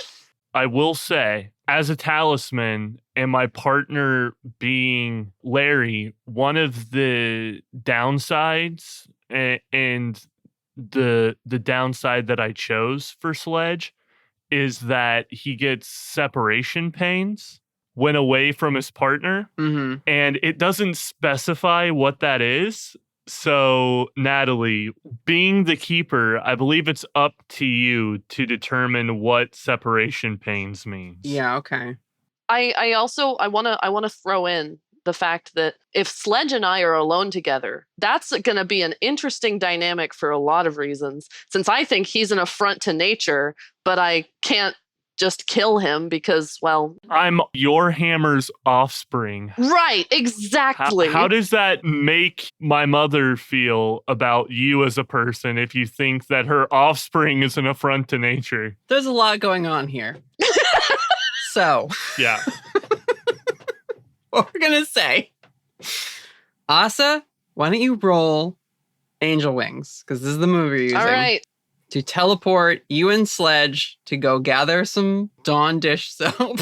Out of all of the dumbest solutions we've ever come up with, this may be the dumbest. As we were describing it, I was just like, it's the duck. It's the duck in all the Dawn commercials where it's covered in the oil and they wash the duck. And we're going to wash the duck, damn it. I'm saying it like it's going to work. We haven't done any rolls yet or anything. The fact that this was my environmental activism episode, the fact that we're going to clean an oil slick creature with some soap is too on the nose. I can't not allow this. I think it's great. Yeah. No, it's great. It's perfect. All right, I'm going to roll these dice. Oh boy. Okay. That's a 9. Okay. And that's kind of okay. I don't know if there's some way Sledge could help with my teleportation to make it a 10, because here's what happens on a 7 to 9. Either you are all separated or you will all appear in the wrong place. Yeah. So, I have a move Yeah. called Double Team. Hey. Mm-hmm. When helping out, roll plus charm. On a 10 plus, I can either treat their roll as a 10 plus, or you know what? I'm going to pick that one if I roll a 10 plus. And then there's other ones for that, but I'm going to hope that it's a 10 plus, shall we? Okay. Emma, vouch for me. Yep, that's a 12. I have never rolled a 12 in my life. He generally rolls like shit. And that's plus charm, which is 2, so that's a 14. Okay. So, okay. Asa, I'm going to say for this, in order to activate your teleport, you have to you fully come into your supernatural folk-like self and take out Brigid the Tempered. Sure. The magic hammer that you wield in order to teleport. And so as you do, this booming voice emanates from the hammer like a crack of thunder. And she just says, Sledgehammer, big son! Get your ass over here! and you are compelled by the call of the all-mother hammer to rush to her side, Sledge. Yes, Mama? And you come zipping over, little forklift wheels. Can I describe something visual? Yeah. Because what I imagine happening is that Asa holding Brigid aloft, like a lightning bolt, swirls around Asa and Sledge, and they vanish, and a bolt of lightning travels through the tunnels to the exit, out of the mine, across the city, towards Procter & Gamble. Mm-hmm. So dumb. So knocks dumb. open the doors of the factory and travels right into where shipping department is or whatever. There's stacks and stacks and stacks of bottles of Dawn dish soap.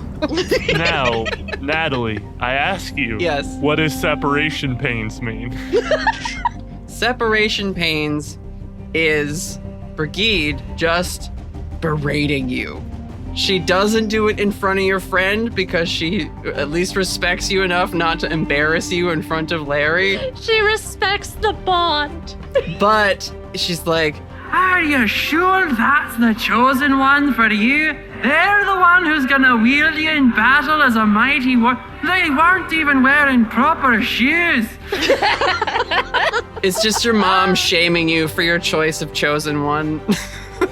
Mom, he was able to pull me out of the forklift. I don't know what to tell you. Hey, and then he puts you right back in the forklift. A magic hammer in his hand. He says, oh, better put that back. Shoves you right back in. Come on! I can't help what my wielder decides to use me as. He works in the caves. He needs a forklift to help him with the workload. So, and it's cozy. I gotta say, the forklift is pretty cozy. I can be a forklift and a hammer. Anyway, as your mom, the all-mother hammer, is chiding you for your choice of career paths, what are the rest of you doing in the vault where the worm still threatens your lives? That's a good point. Well, we get soap.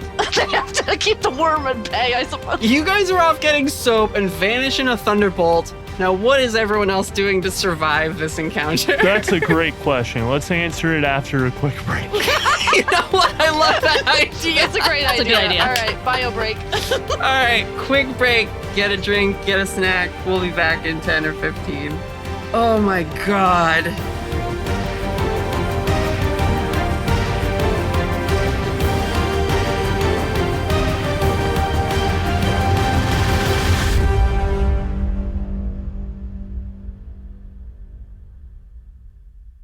Hello, friends.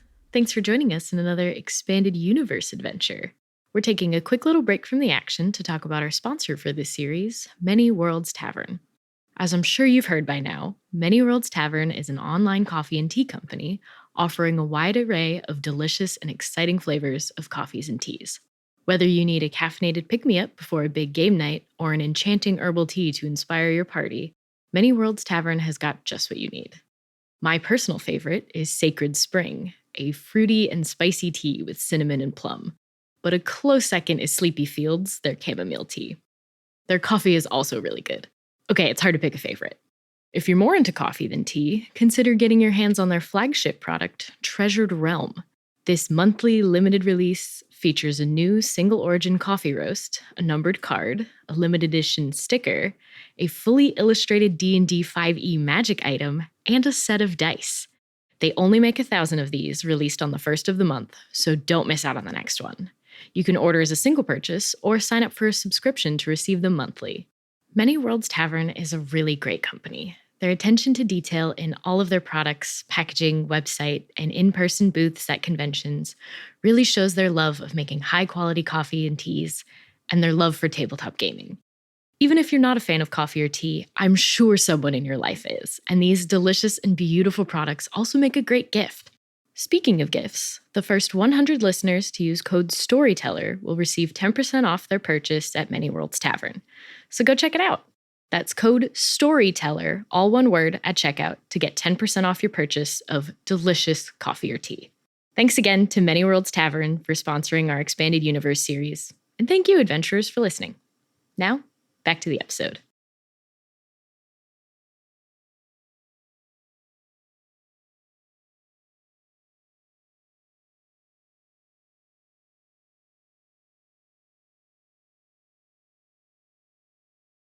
We're back. A massive Wyrm are coming at the three of you left.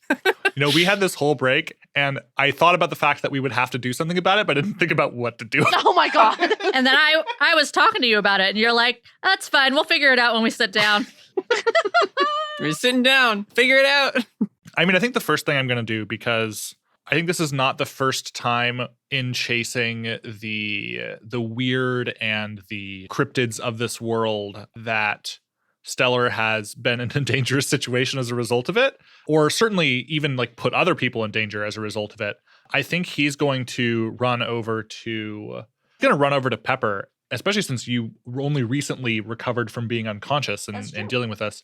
And he's going to help you to your feet and start running, basically, for the opposite end of this vault from where the worm is. Are you carrying me, or did you help me to my feet and then How carryable would you rate yourself? I don't know. I don't know what the size difference is between the two of us. How strong is Larry? You work at a warehouse. I mean, yeah, Larry at least can do sustained 40-pound lifts every day. It's in his job description.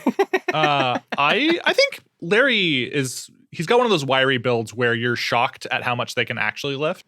Mm-hmm. I think, yeah, he'll scoop you up and he'll at least attempt to run away with you. Not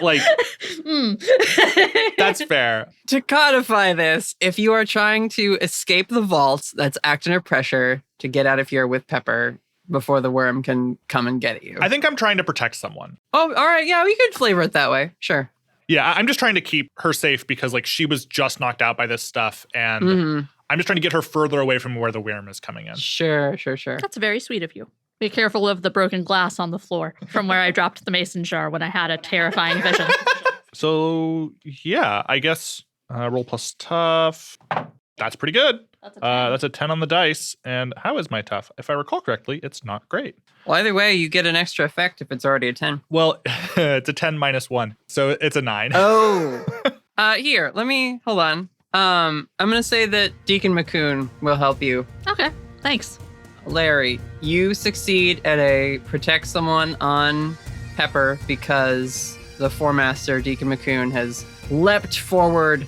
You help Pepper up, and then he comes behind and sort of hoists you by like the back of your hemp hoodie and like the belt on your jean pants and just tosses the two of you forward. You two get a little head start and a kick in the pants from Deacon. What's the bonus thing you're gonna take? I think at the end of the day, we're gonna need this thing's attention anyway. So I'm gonna say all impending danger is now focused on me. Very nice. Strategically, that helps because all impending danger was about to be focused on Deacon. I got you, Deacon. Yeah, the Wyrm, is swooping down its long, massive neck, opening its jaw with the rows and rows of sharp teeth to maybe try and just swallow him whole. But what is the thing that you do to call its attention to you? I think when he throws me, I think he focuses on helping Pepper first. So like as he's in the air, he kind of like rolls around and then bounces across the floor further away.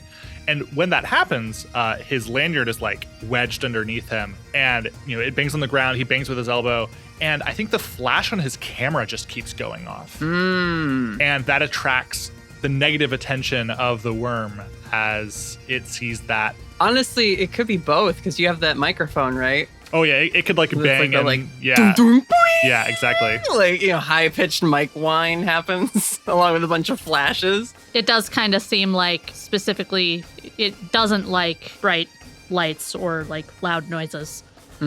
Your cheap equipment smacking the ground and having all these technical issues with it is enough to sort of jar the Wyrm in its attack approach so that it actually rears back, which gives Deacon enough time to sort of catch up to the rest of your group. And, he's shouting to the dwarves, "Close the doors! Close the doors!" as you all are starting to run towards the entrance to the vault to try and at least lock this thing in there. But yeah, the Wyrm is deterred enough that while its attention is now focused on the escaping group, it does not manage to get a chomp on the leader of the dwarf settlement. As you all now rush out the doors, the dwarf workers slam it shut and all sorts of iron bolts and bars slam down or get pushed into place to lock this thing and seal the vault yet again, even though they know it's not a fully contained space anymore.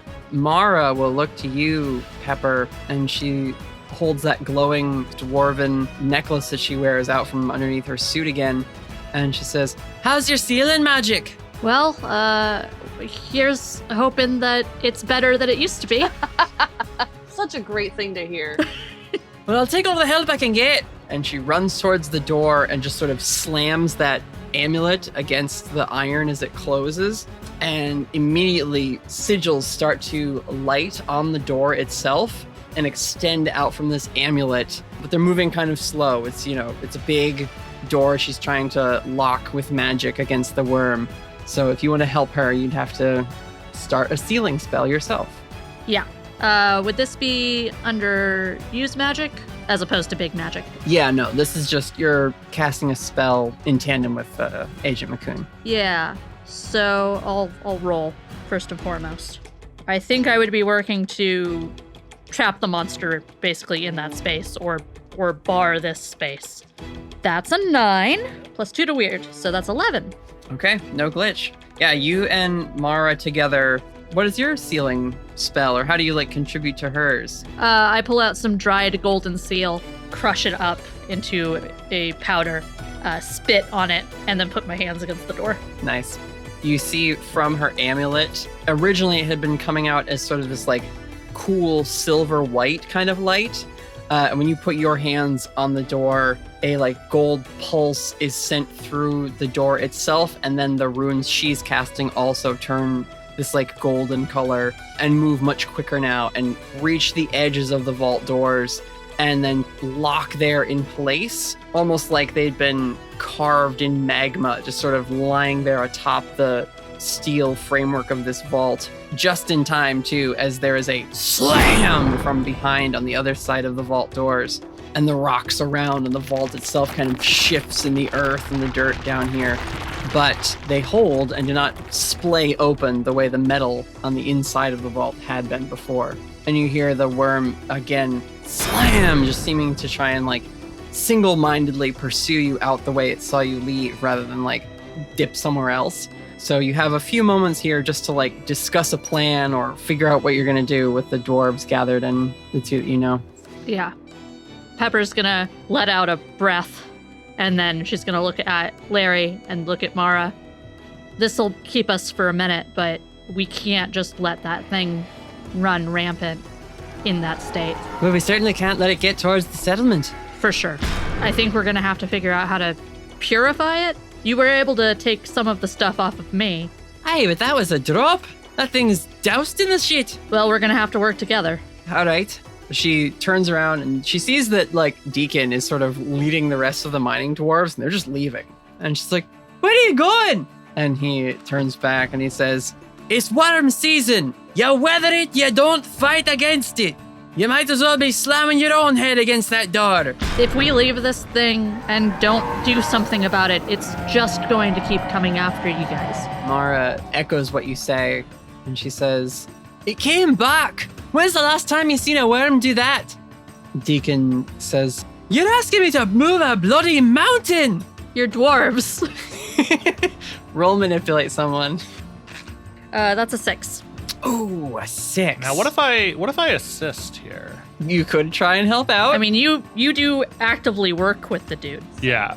He seems unsure, obviously. And I step forward and say, The worm might be a force of nature that you're accustomed to dealing with, but what it's gotten into, it got into because you had it down here. And if we don't get it off of it, I mean, this is gonna turn from being a natural disaster into just a disaster, man. An unnatural disaster. I think you're the only ones here with the expertise to handle this material. I don't think we can do this on our own.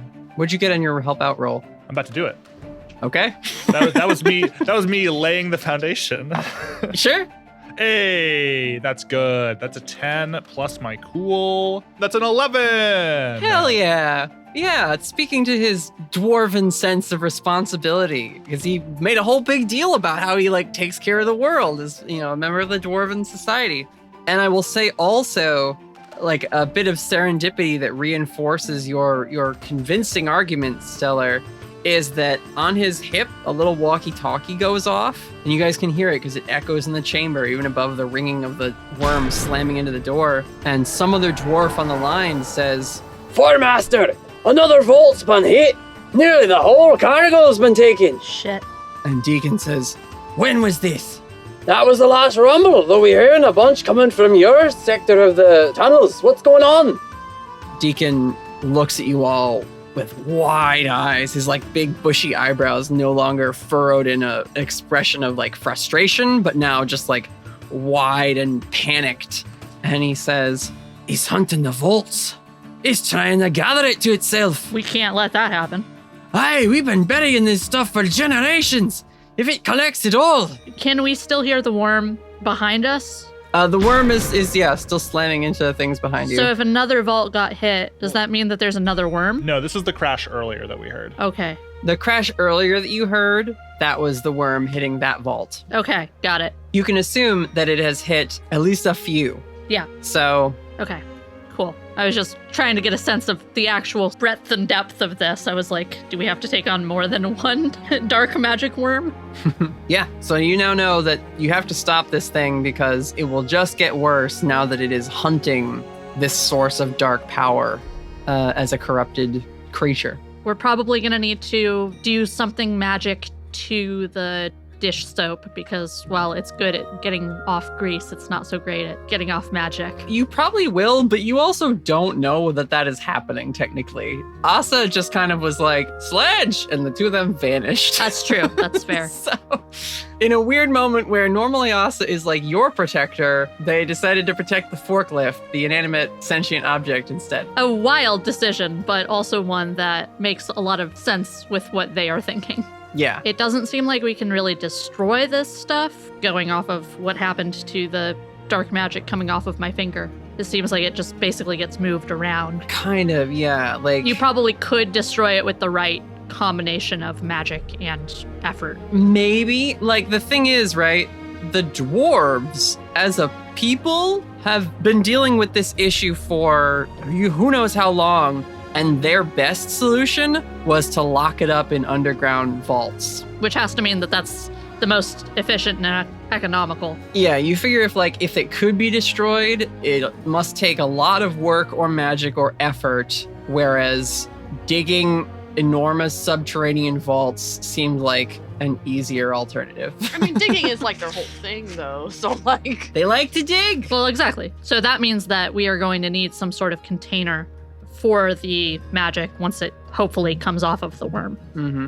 And yeah, that's as far as I've gotten into the planning idea.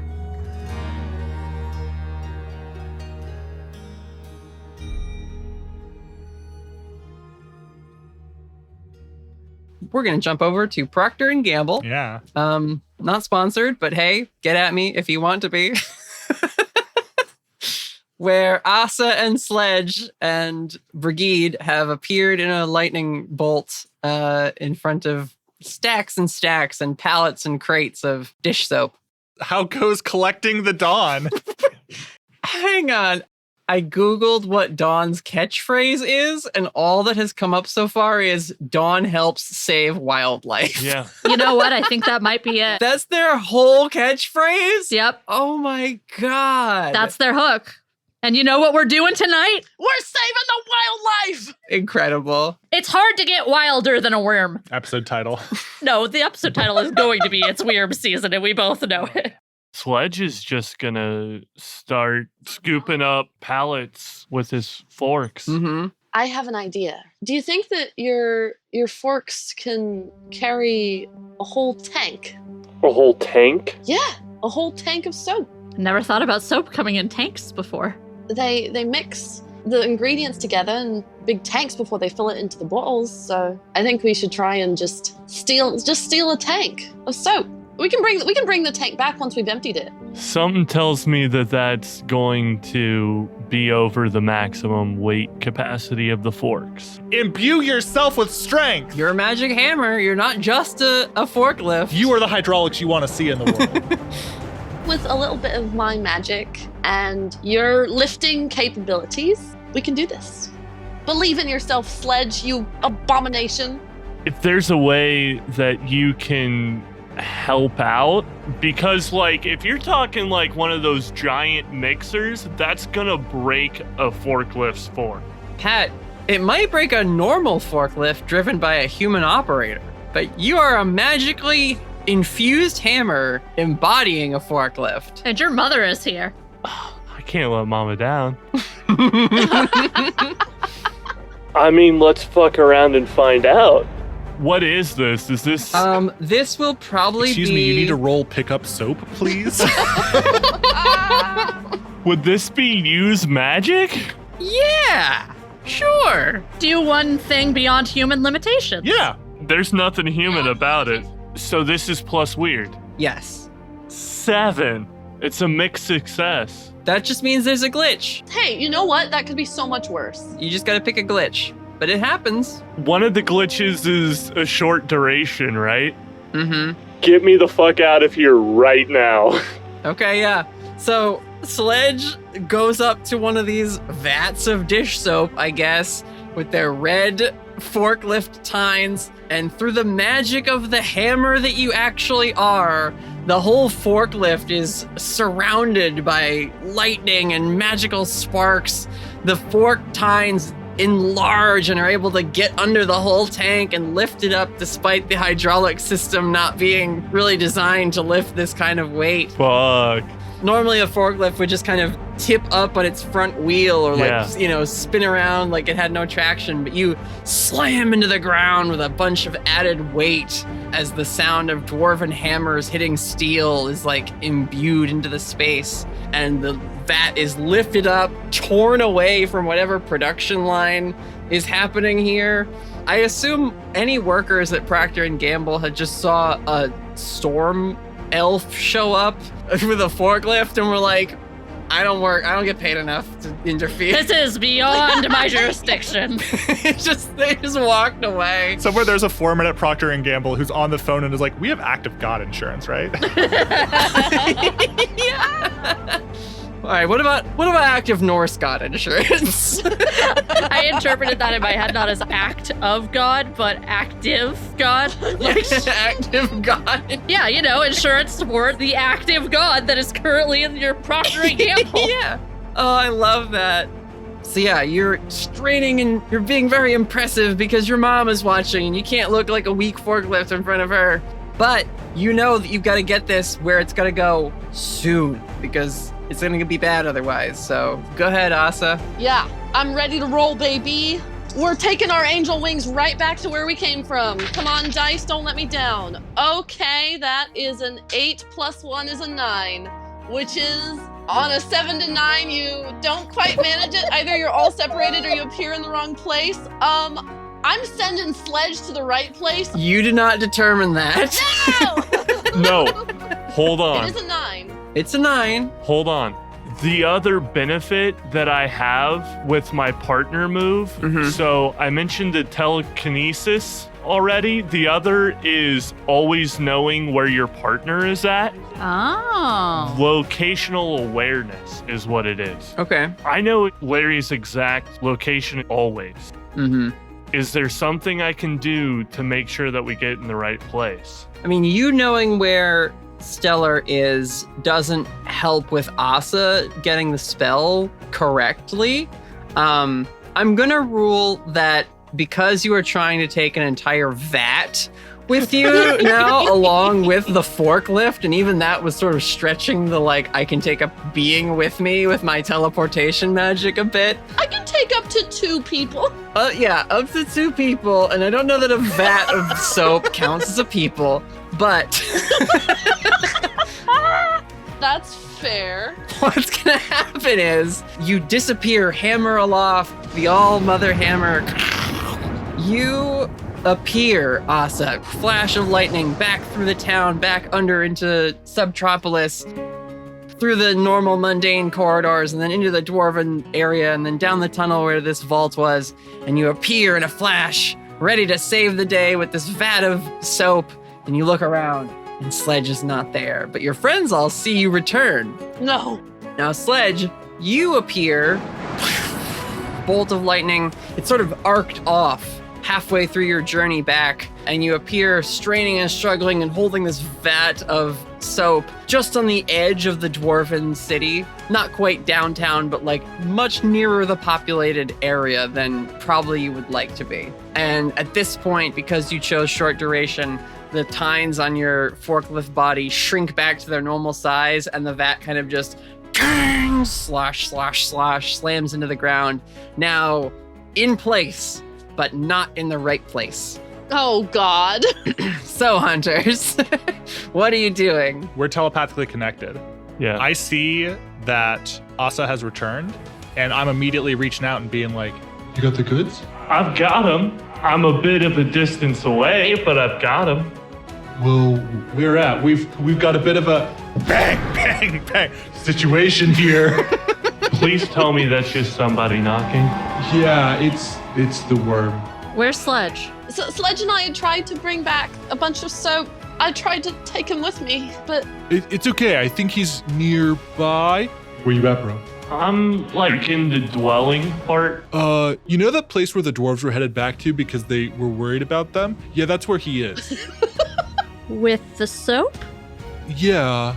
You've got the soap though, right? Yeah, it bent my forks, but I got it. It might actually be to our benefit to water it down. Hey, boss man, do we have like some really long hoses? Deacon says, I'll go get the Dwarven fire brigade on it. Even though everything down here is made of rock, we apparently have firefighters. He runs off, shouting into a walkie-talkie, and we cut to Shelterstone, where there's a tiny, tiny office with a garage and a little red engine that's like spotless. And there's like 3 dwarves in suspenders sitting around a table playing cards because they never get called on. But the phone rings and it's, someone from the Four Master's office.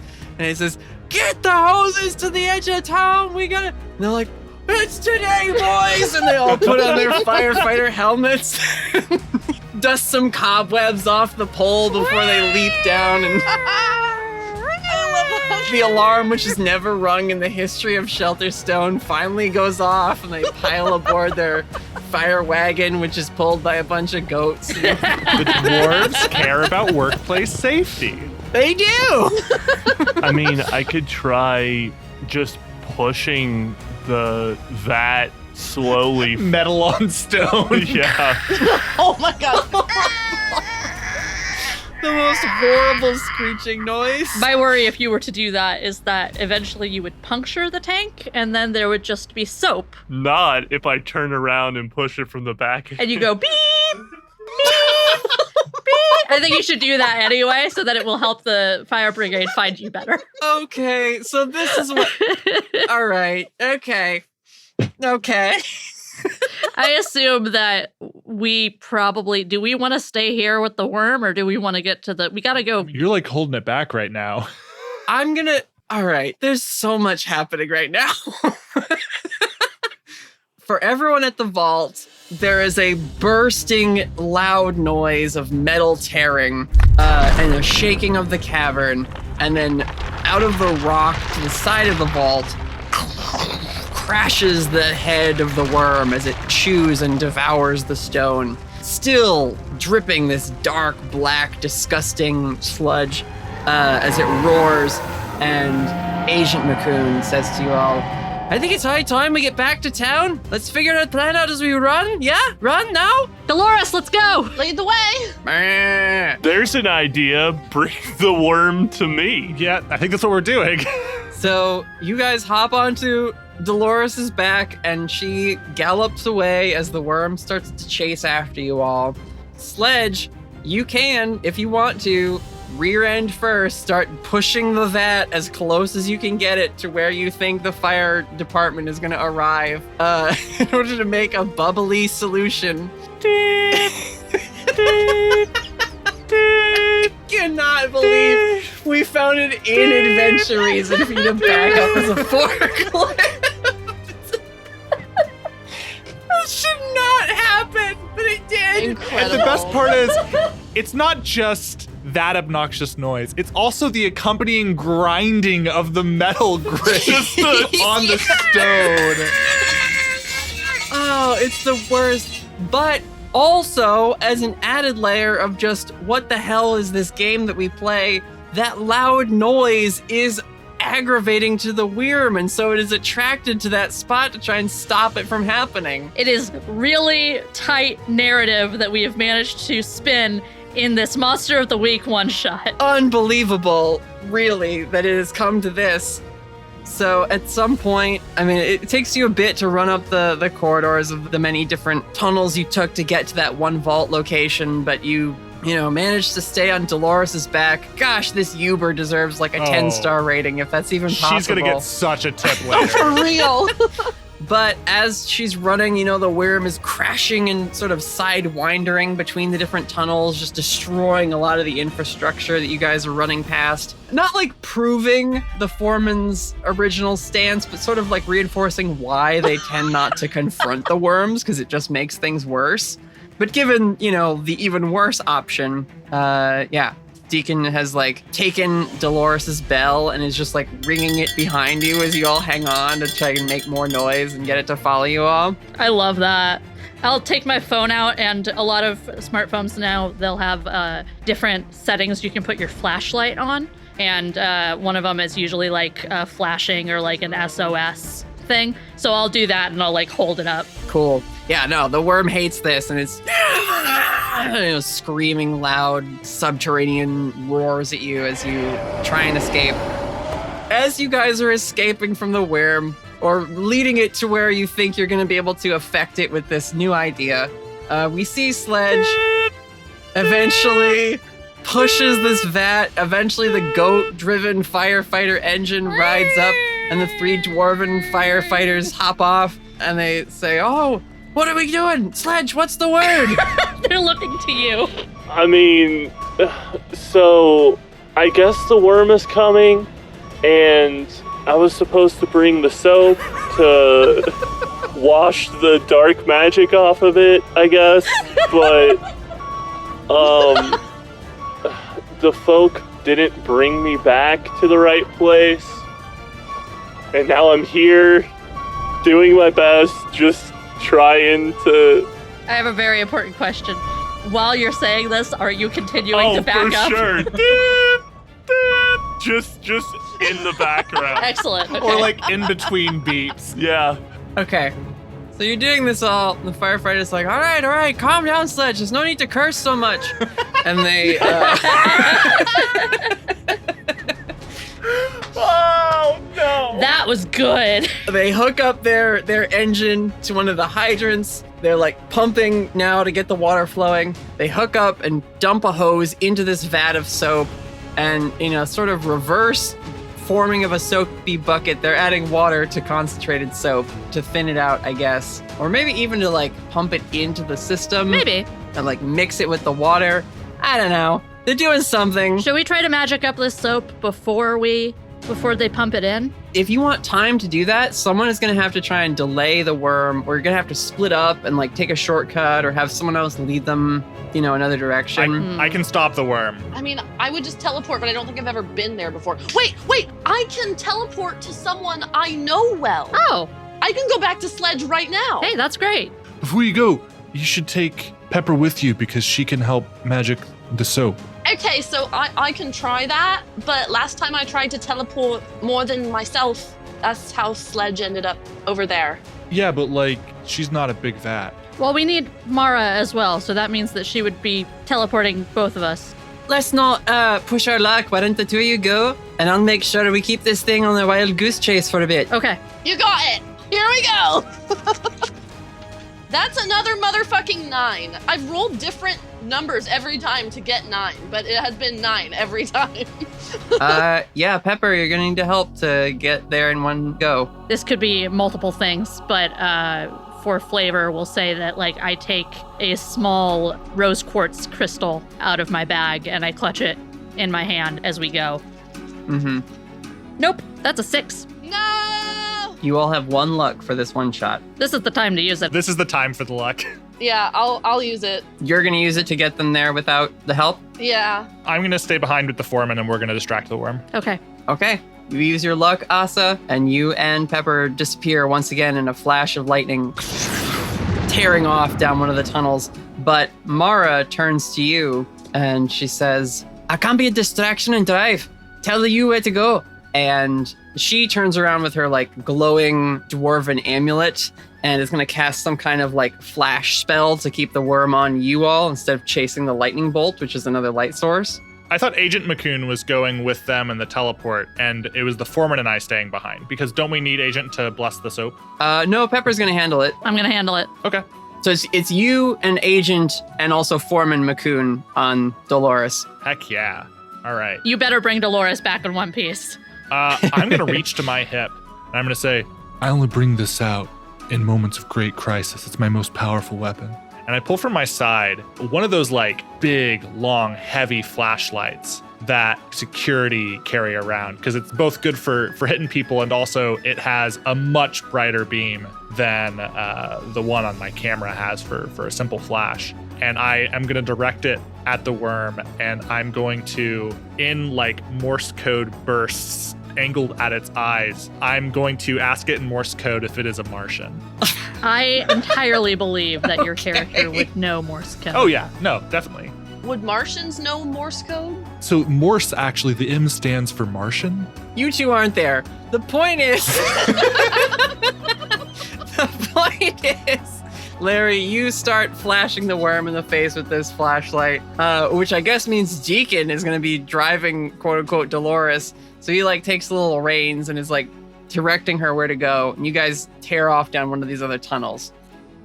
Asa and Pepper, you appear next to the vat and the fire brigade and Sledge with your blast of teleportation. What are you doing? You can see the dwarves are like draining the soap, but putting it into like the reservoir on their fire truck in order to mix it up and make a soapy liquid. Unless you have a thing that you want to do, I have a task for you. A task? All right. I'm going to give you my ritual dagger, and I'm going to say, I need you to go to the top of this tank and just draw a line all around the top of the tank and bring it down to the bottom. All right. Just, when I say draw a line, I need you to like carve it into the tank. Not all the way through. Asa flies up and does that. You can help with spellcraft, sure. And then I'm going to set to work taking out some charcoal and putting runes on the tank around the tank. This is use magic. All right. I don't know if there's an option for like purification, or I guess I'm sort of... You're almost preemptively going to try and banish a curse. Yeah. So I'm sort of infusing banishment magic into this dish soap. And I'm rolling to help out? I would love that. You got it. I got a 6. I got a 7. Plus 2, so that's an 8. Okay, well, it's a 9 now. Okay, you are exposed to trouble or danger, Asa. And the result is the same. There is a glitch. Great! That's fine. Could Sledge help too? I could definitely find a task for Sledge to do. Do you want to help out, Sledge? Yeah, we'll add to this that she does one on the top. I also need a circle on the bottom. And so you could like go around the tank. With the forks. Yeah, try that. Well, my cool is +0, so that's 8. Oh, baby! You are also exposed to trouble or danger, but you will add another +1. This magic spell is coming together. Crushed up golden seal, spit into it, hold it out to Asa, they spit into it. Sweet.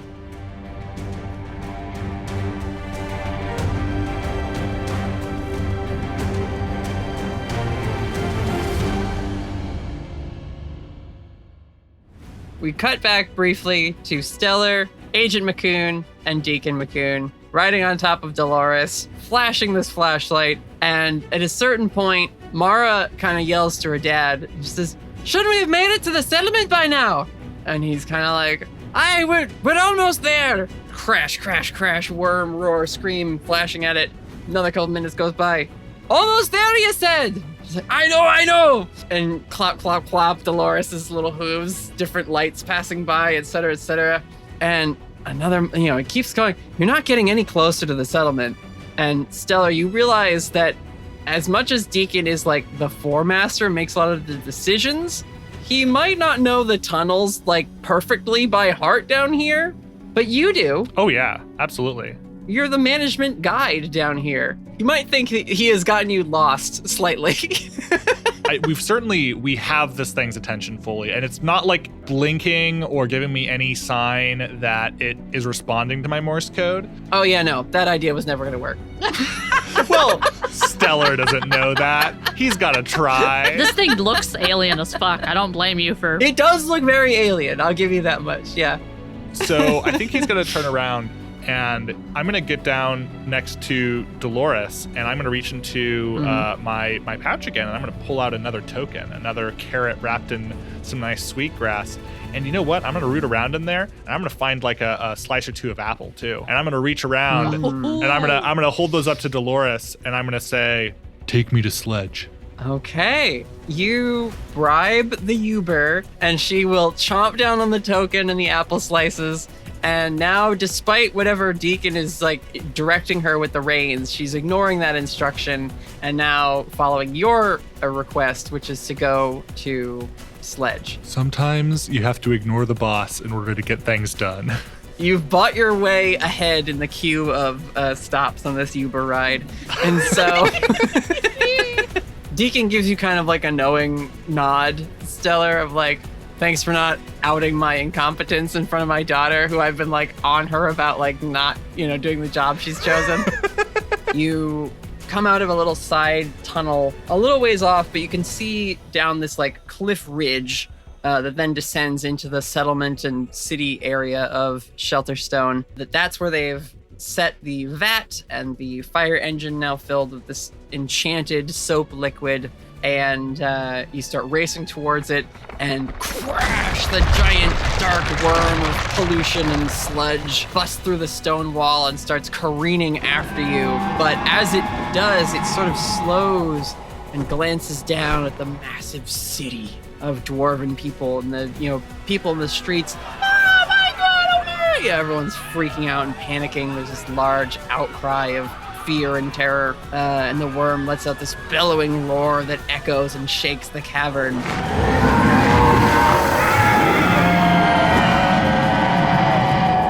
Cut to sledge. Holy In time with your like horn going off, the fire truck like rings their bell like, which is just some dwarf on like a horn making the noise. It's not like an actual siren. Dwarf with the vuvuzela. Yeah. Excellent.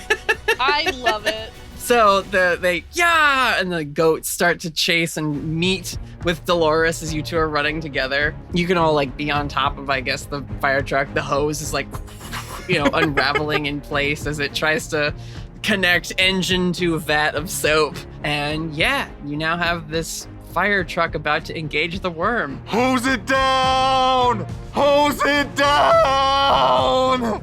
I guess I'll roll for the fire brigade? Sure. Let's see how they do.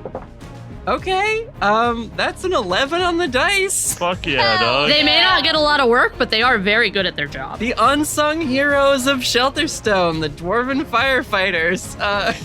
Rush forward. We're going to be singing about him tomorrow. God. I think somebody Oh, yeah. deserves medals. Yeah, Jesus.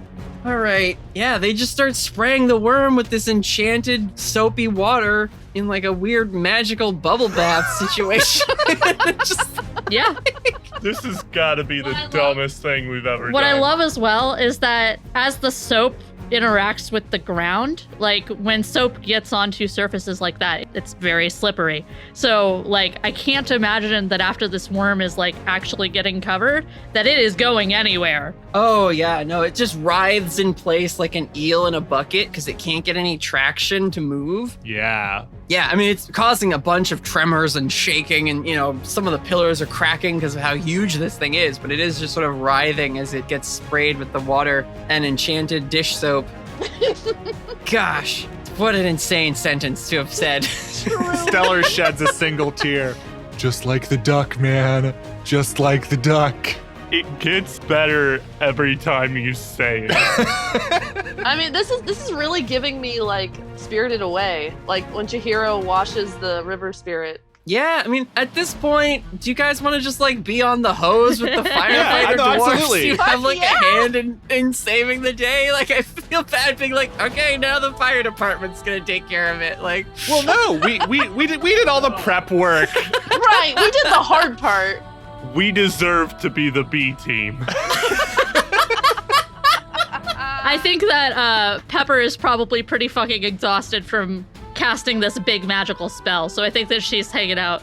here's what we'll say, right? Here's what we'll say. Your banishment is starting to take hold, but you're still gonna have a worm when you're done. Like as the sludge and the dark ichor from the demon magic is being washed away and dissolved by the power of dawn and your own spellcraft. By the power of dawn! By the power of dawn. Dawn saves wildlife!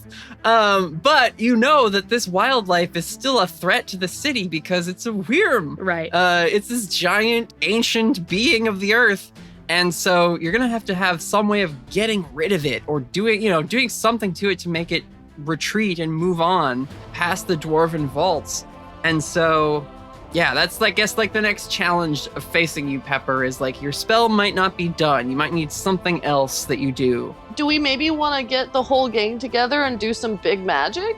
We've established it doesn't much care for particular sets of sounds, and that it can be, thinking of it still like a natural disaster, but it can be like its course can be a little bit, adjusted by things that it doesn't particularly care for. We, at least in prep leading up to this game, did discuss that Sledge does have a radio or like cassette player or some kind of music playing system, but like that's not going to be terribly loud, not enough to impact a Wyrm. But if we like supercharged that shit, Amplify it.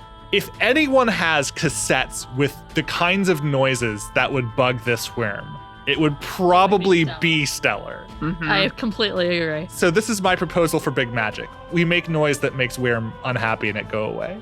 Yeah, I think that once it's no longer possessed by dark magic, it'll probably run from the scary noises instead of wanting to kill. Yeah. It'll have had a really rough day, to be honest. It's probably ready to go somewhere else. Yeah. Seems reasonable to me.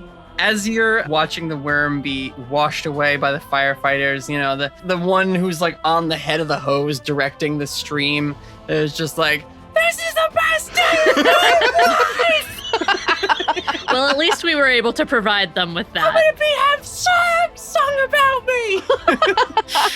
The magic you have to do is going to involve using some of Stellar's cassettes and the many, many horrible echoey mic peaks that were created by trying to record in an underground cavern on a shotgun mic. That's true. You could probably just play back the stuff that you recorded earlier today. Yeah. How do you like my mixtape? Somebody once told me. Anyway, here's Wormderwall. Oh, shit. Pushes cassette in. Pushes cassette in. Now, Sledge, this is all right. So you're gonna. Okay. Jesus. This is so perfectly stupid. Okay. I don't even know who to ask for a roll here. I'm just gonna roll use magic. Yeah, roll use magic. If you need help, somebody can probably provide it. Yep. That's a 9. Hey. Hey. Okay. You get a little help and that'd make it better. Hold on. You said we each have a point of luck? You do. You could do your luck. Well, what happens if I use my luck? Whenever the talisman spends luck, something happens to force them to once again question whether they are an object or a person. Oh boy. Are you gonna spend the luck and have that happen? Yeah, fuck yeah, let's do it. Okay, alright. Awesome, I'm gonna have you roll also use magic as part of this like big magic group effort. Sure. But we'll say Sledge gets a 12. No issue. Fuck yeah. I rolled a 9. Hey. Okay. You are just gonna take some harm because the way I'd like you to help is with Brigide. And she says, as like Sledge is trying to blast this music or reverb or whatever the heck as loud as he can, and the whole forklift is surging and kind of rising up off the ground, and like parts of like the lug nuts are like floating off of it, like he's like almost destabilizing. And Brigide says, He's pushing it too far. Get me in there to help him. Help me, Mom! All right. Whoosh. you throw Brigide, and she slams into the forklift right next to where your hammer is landed, and just the two of you start to shift like multiple gears within the forklift at once. This just goes to show you're never too old to need your mother. That's true. You can be a 1,000-year-old hammer and still want help from your mom sometimes. But yeah, she shows up and she says, as she's like helping you to harness the power of your enchantment, You know, I might not like your partner, but I still like you, kid. Let's do this. Aw. Aww. Thanks, Mom. You charge the power of this spell, and it begins to drive the Wyrm away.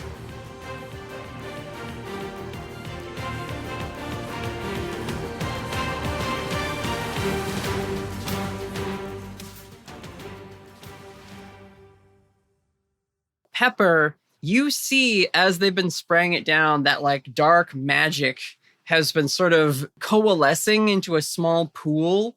Like you said before, it's tough to get rid of this. You're going to have to contain it somehow because right now it's sort of this bubbling, writhing, almost like the Venom symbiote is also always depicted, you know, just this like black sort of grabby ichor. Mara McCoun runs up to you, clutching her like little amulet, and she looks up at you and says, right, any ideas? I have a mason jar. I'll use some, I'll have like a Sharpie or something. Sure. Something that can write on glass or on the lid. And I'll like do some protection seals. And then, try to contain it, I guess. Yeah, okay. Go for it. Mara will be there to back you up. I appreciate that because this probably isn't going to go super well for me. She'll go with her like amulet and kind of ward this thing towards you so that you can like catch it in the mason jar. Excellent. Very helpful. 7. So. Do you want to use your luck? Yeah, I mean, I might as well. It's there. Yeah, I'll do that. I'll use my luck. It has not come up, but I remembered in the notes that you have like a staff with a little raven symbol carved at the top of it and a ruby gem in the eye. That's right.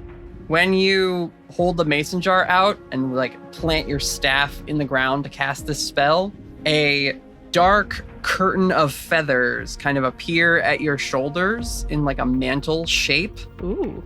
And this like headdress of feathers sort of peeks out from underneath your witch's hat. These iridescent black feathers and a sort of silhouetted figure of a being that listeners to my show will know as the Morrigan. Oh, yeah. Appears behind you, and the dark ichor takes on that form of Beelzebub, the hooded, long-necked thing with the many arms, and reaches forward, grasping violently to try and tear at the Morrigan's form and rip her apart, these two ancient enemies. But you activate the trapping spell, and it is sucked into the mason jar, and with Mara coming up behind with her glowing emblem, you snap and lock it closed. And now just this tiny little black bead is like pinging around inside, ever moving but contained. And the glyphs that you wrote in Sharpie flash and lock this thing the way the other containers of it did before. Mara sees the like after image of the Morrigan slowly fade away, the feathers dissipate, and your staff stops glowing. And she says, "That was right impressive. Where'd you learn to do magic like that?" How aware am I of what just happened? You know about harnessing connections to spirits. I don't know that you've ever successfully done it to that degree before, but there's a reason your staff is the way it is. Okay. I'll look down at my staff and I'll say, I haven't ever learned how to do that before, really. So I think that was probably more someone else than it was me. Mara nods but looks thoughtfully at you and she says, "Well, if you ever need work outside the coffee shop, let me know." I always need work outside of a coffee shop. She hands you a card that says Mara McCoun, Eastey Agent, with a little phone number you can call on it. And I'll hand her a card that says Pepper McKinney, freelance witch. Nice. This is great. Nobody ever wants me to work for them. Asa, you're able to remove Brigide from the forklift. I think maybe the forklift is shot.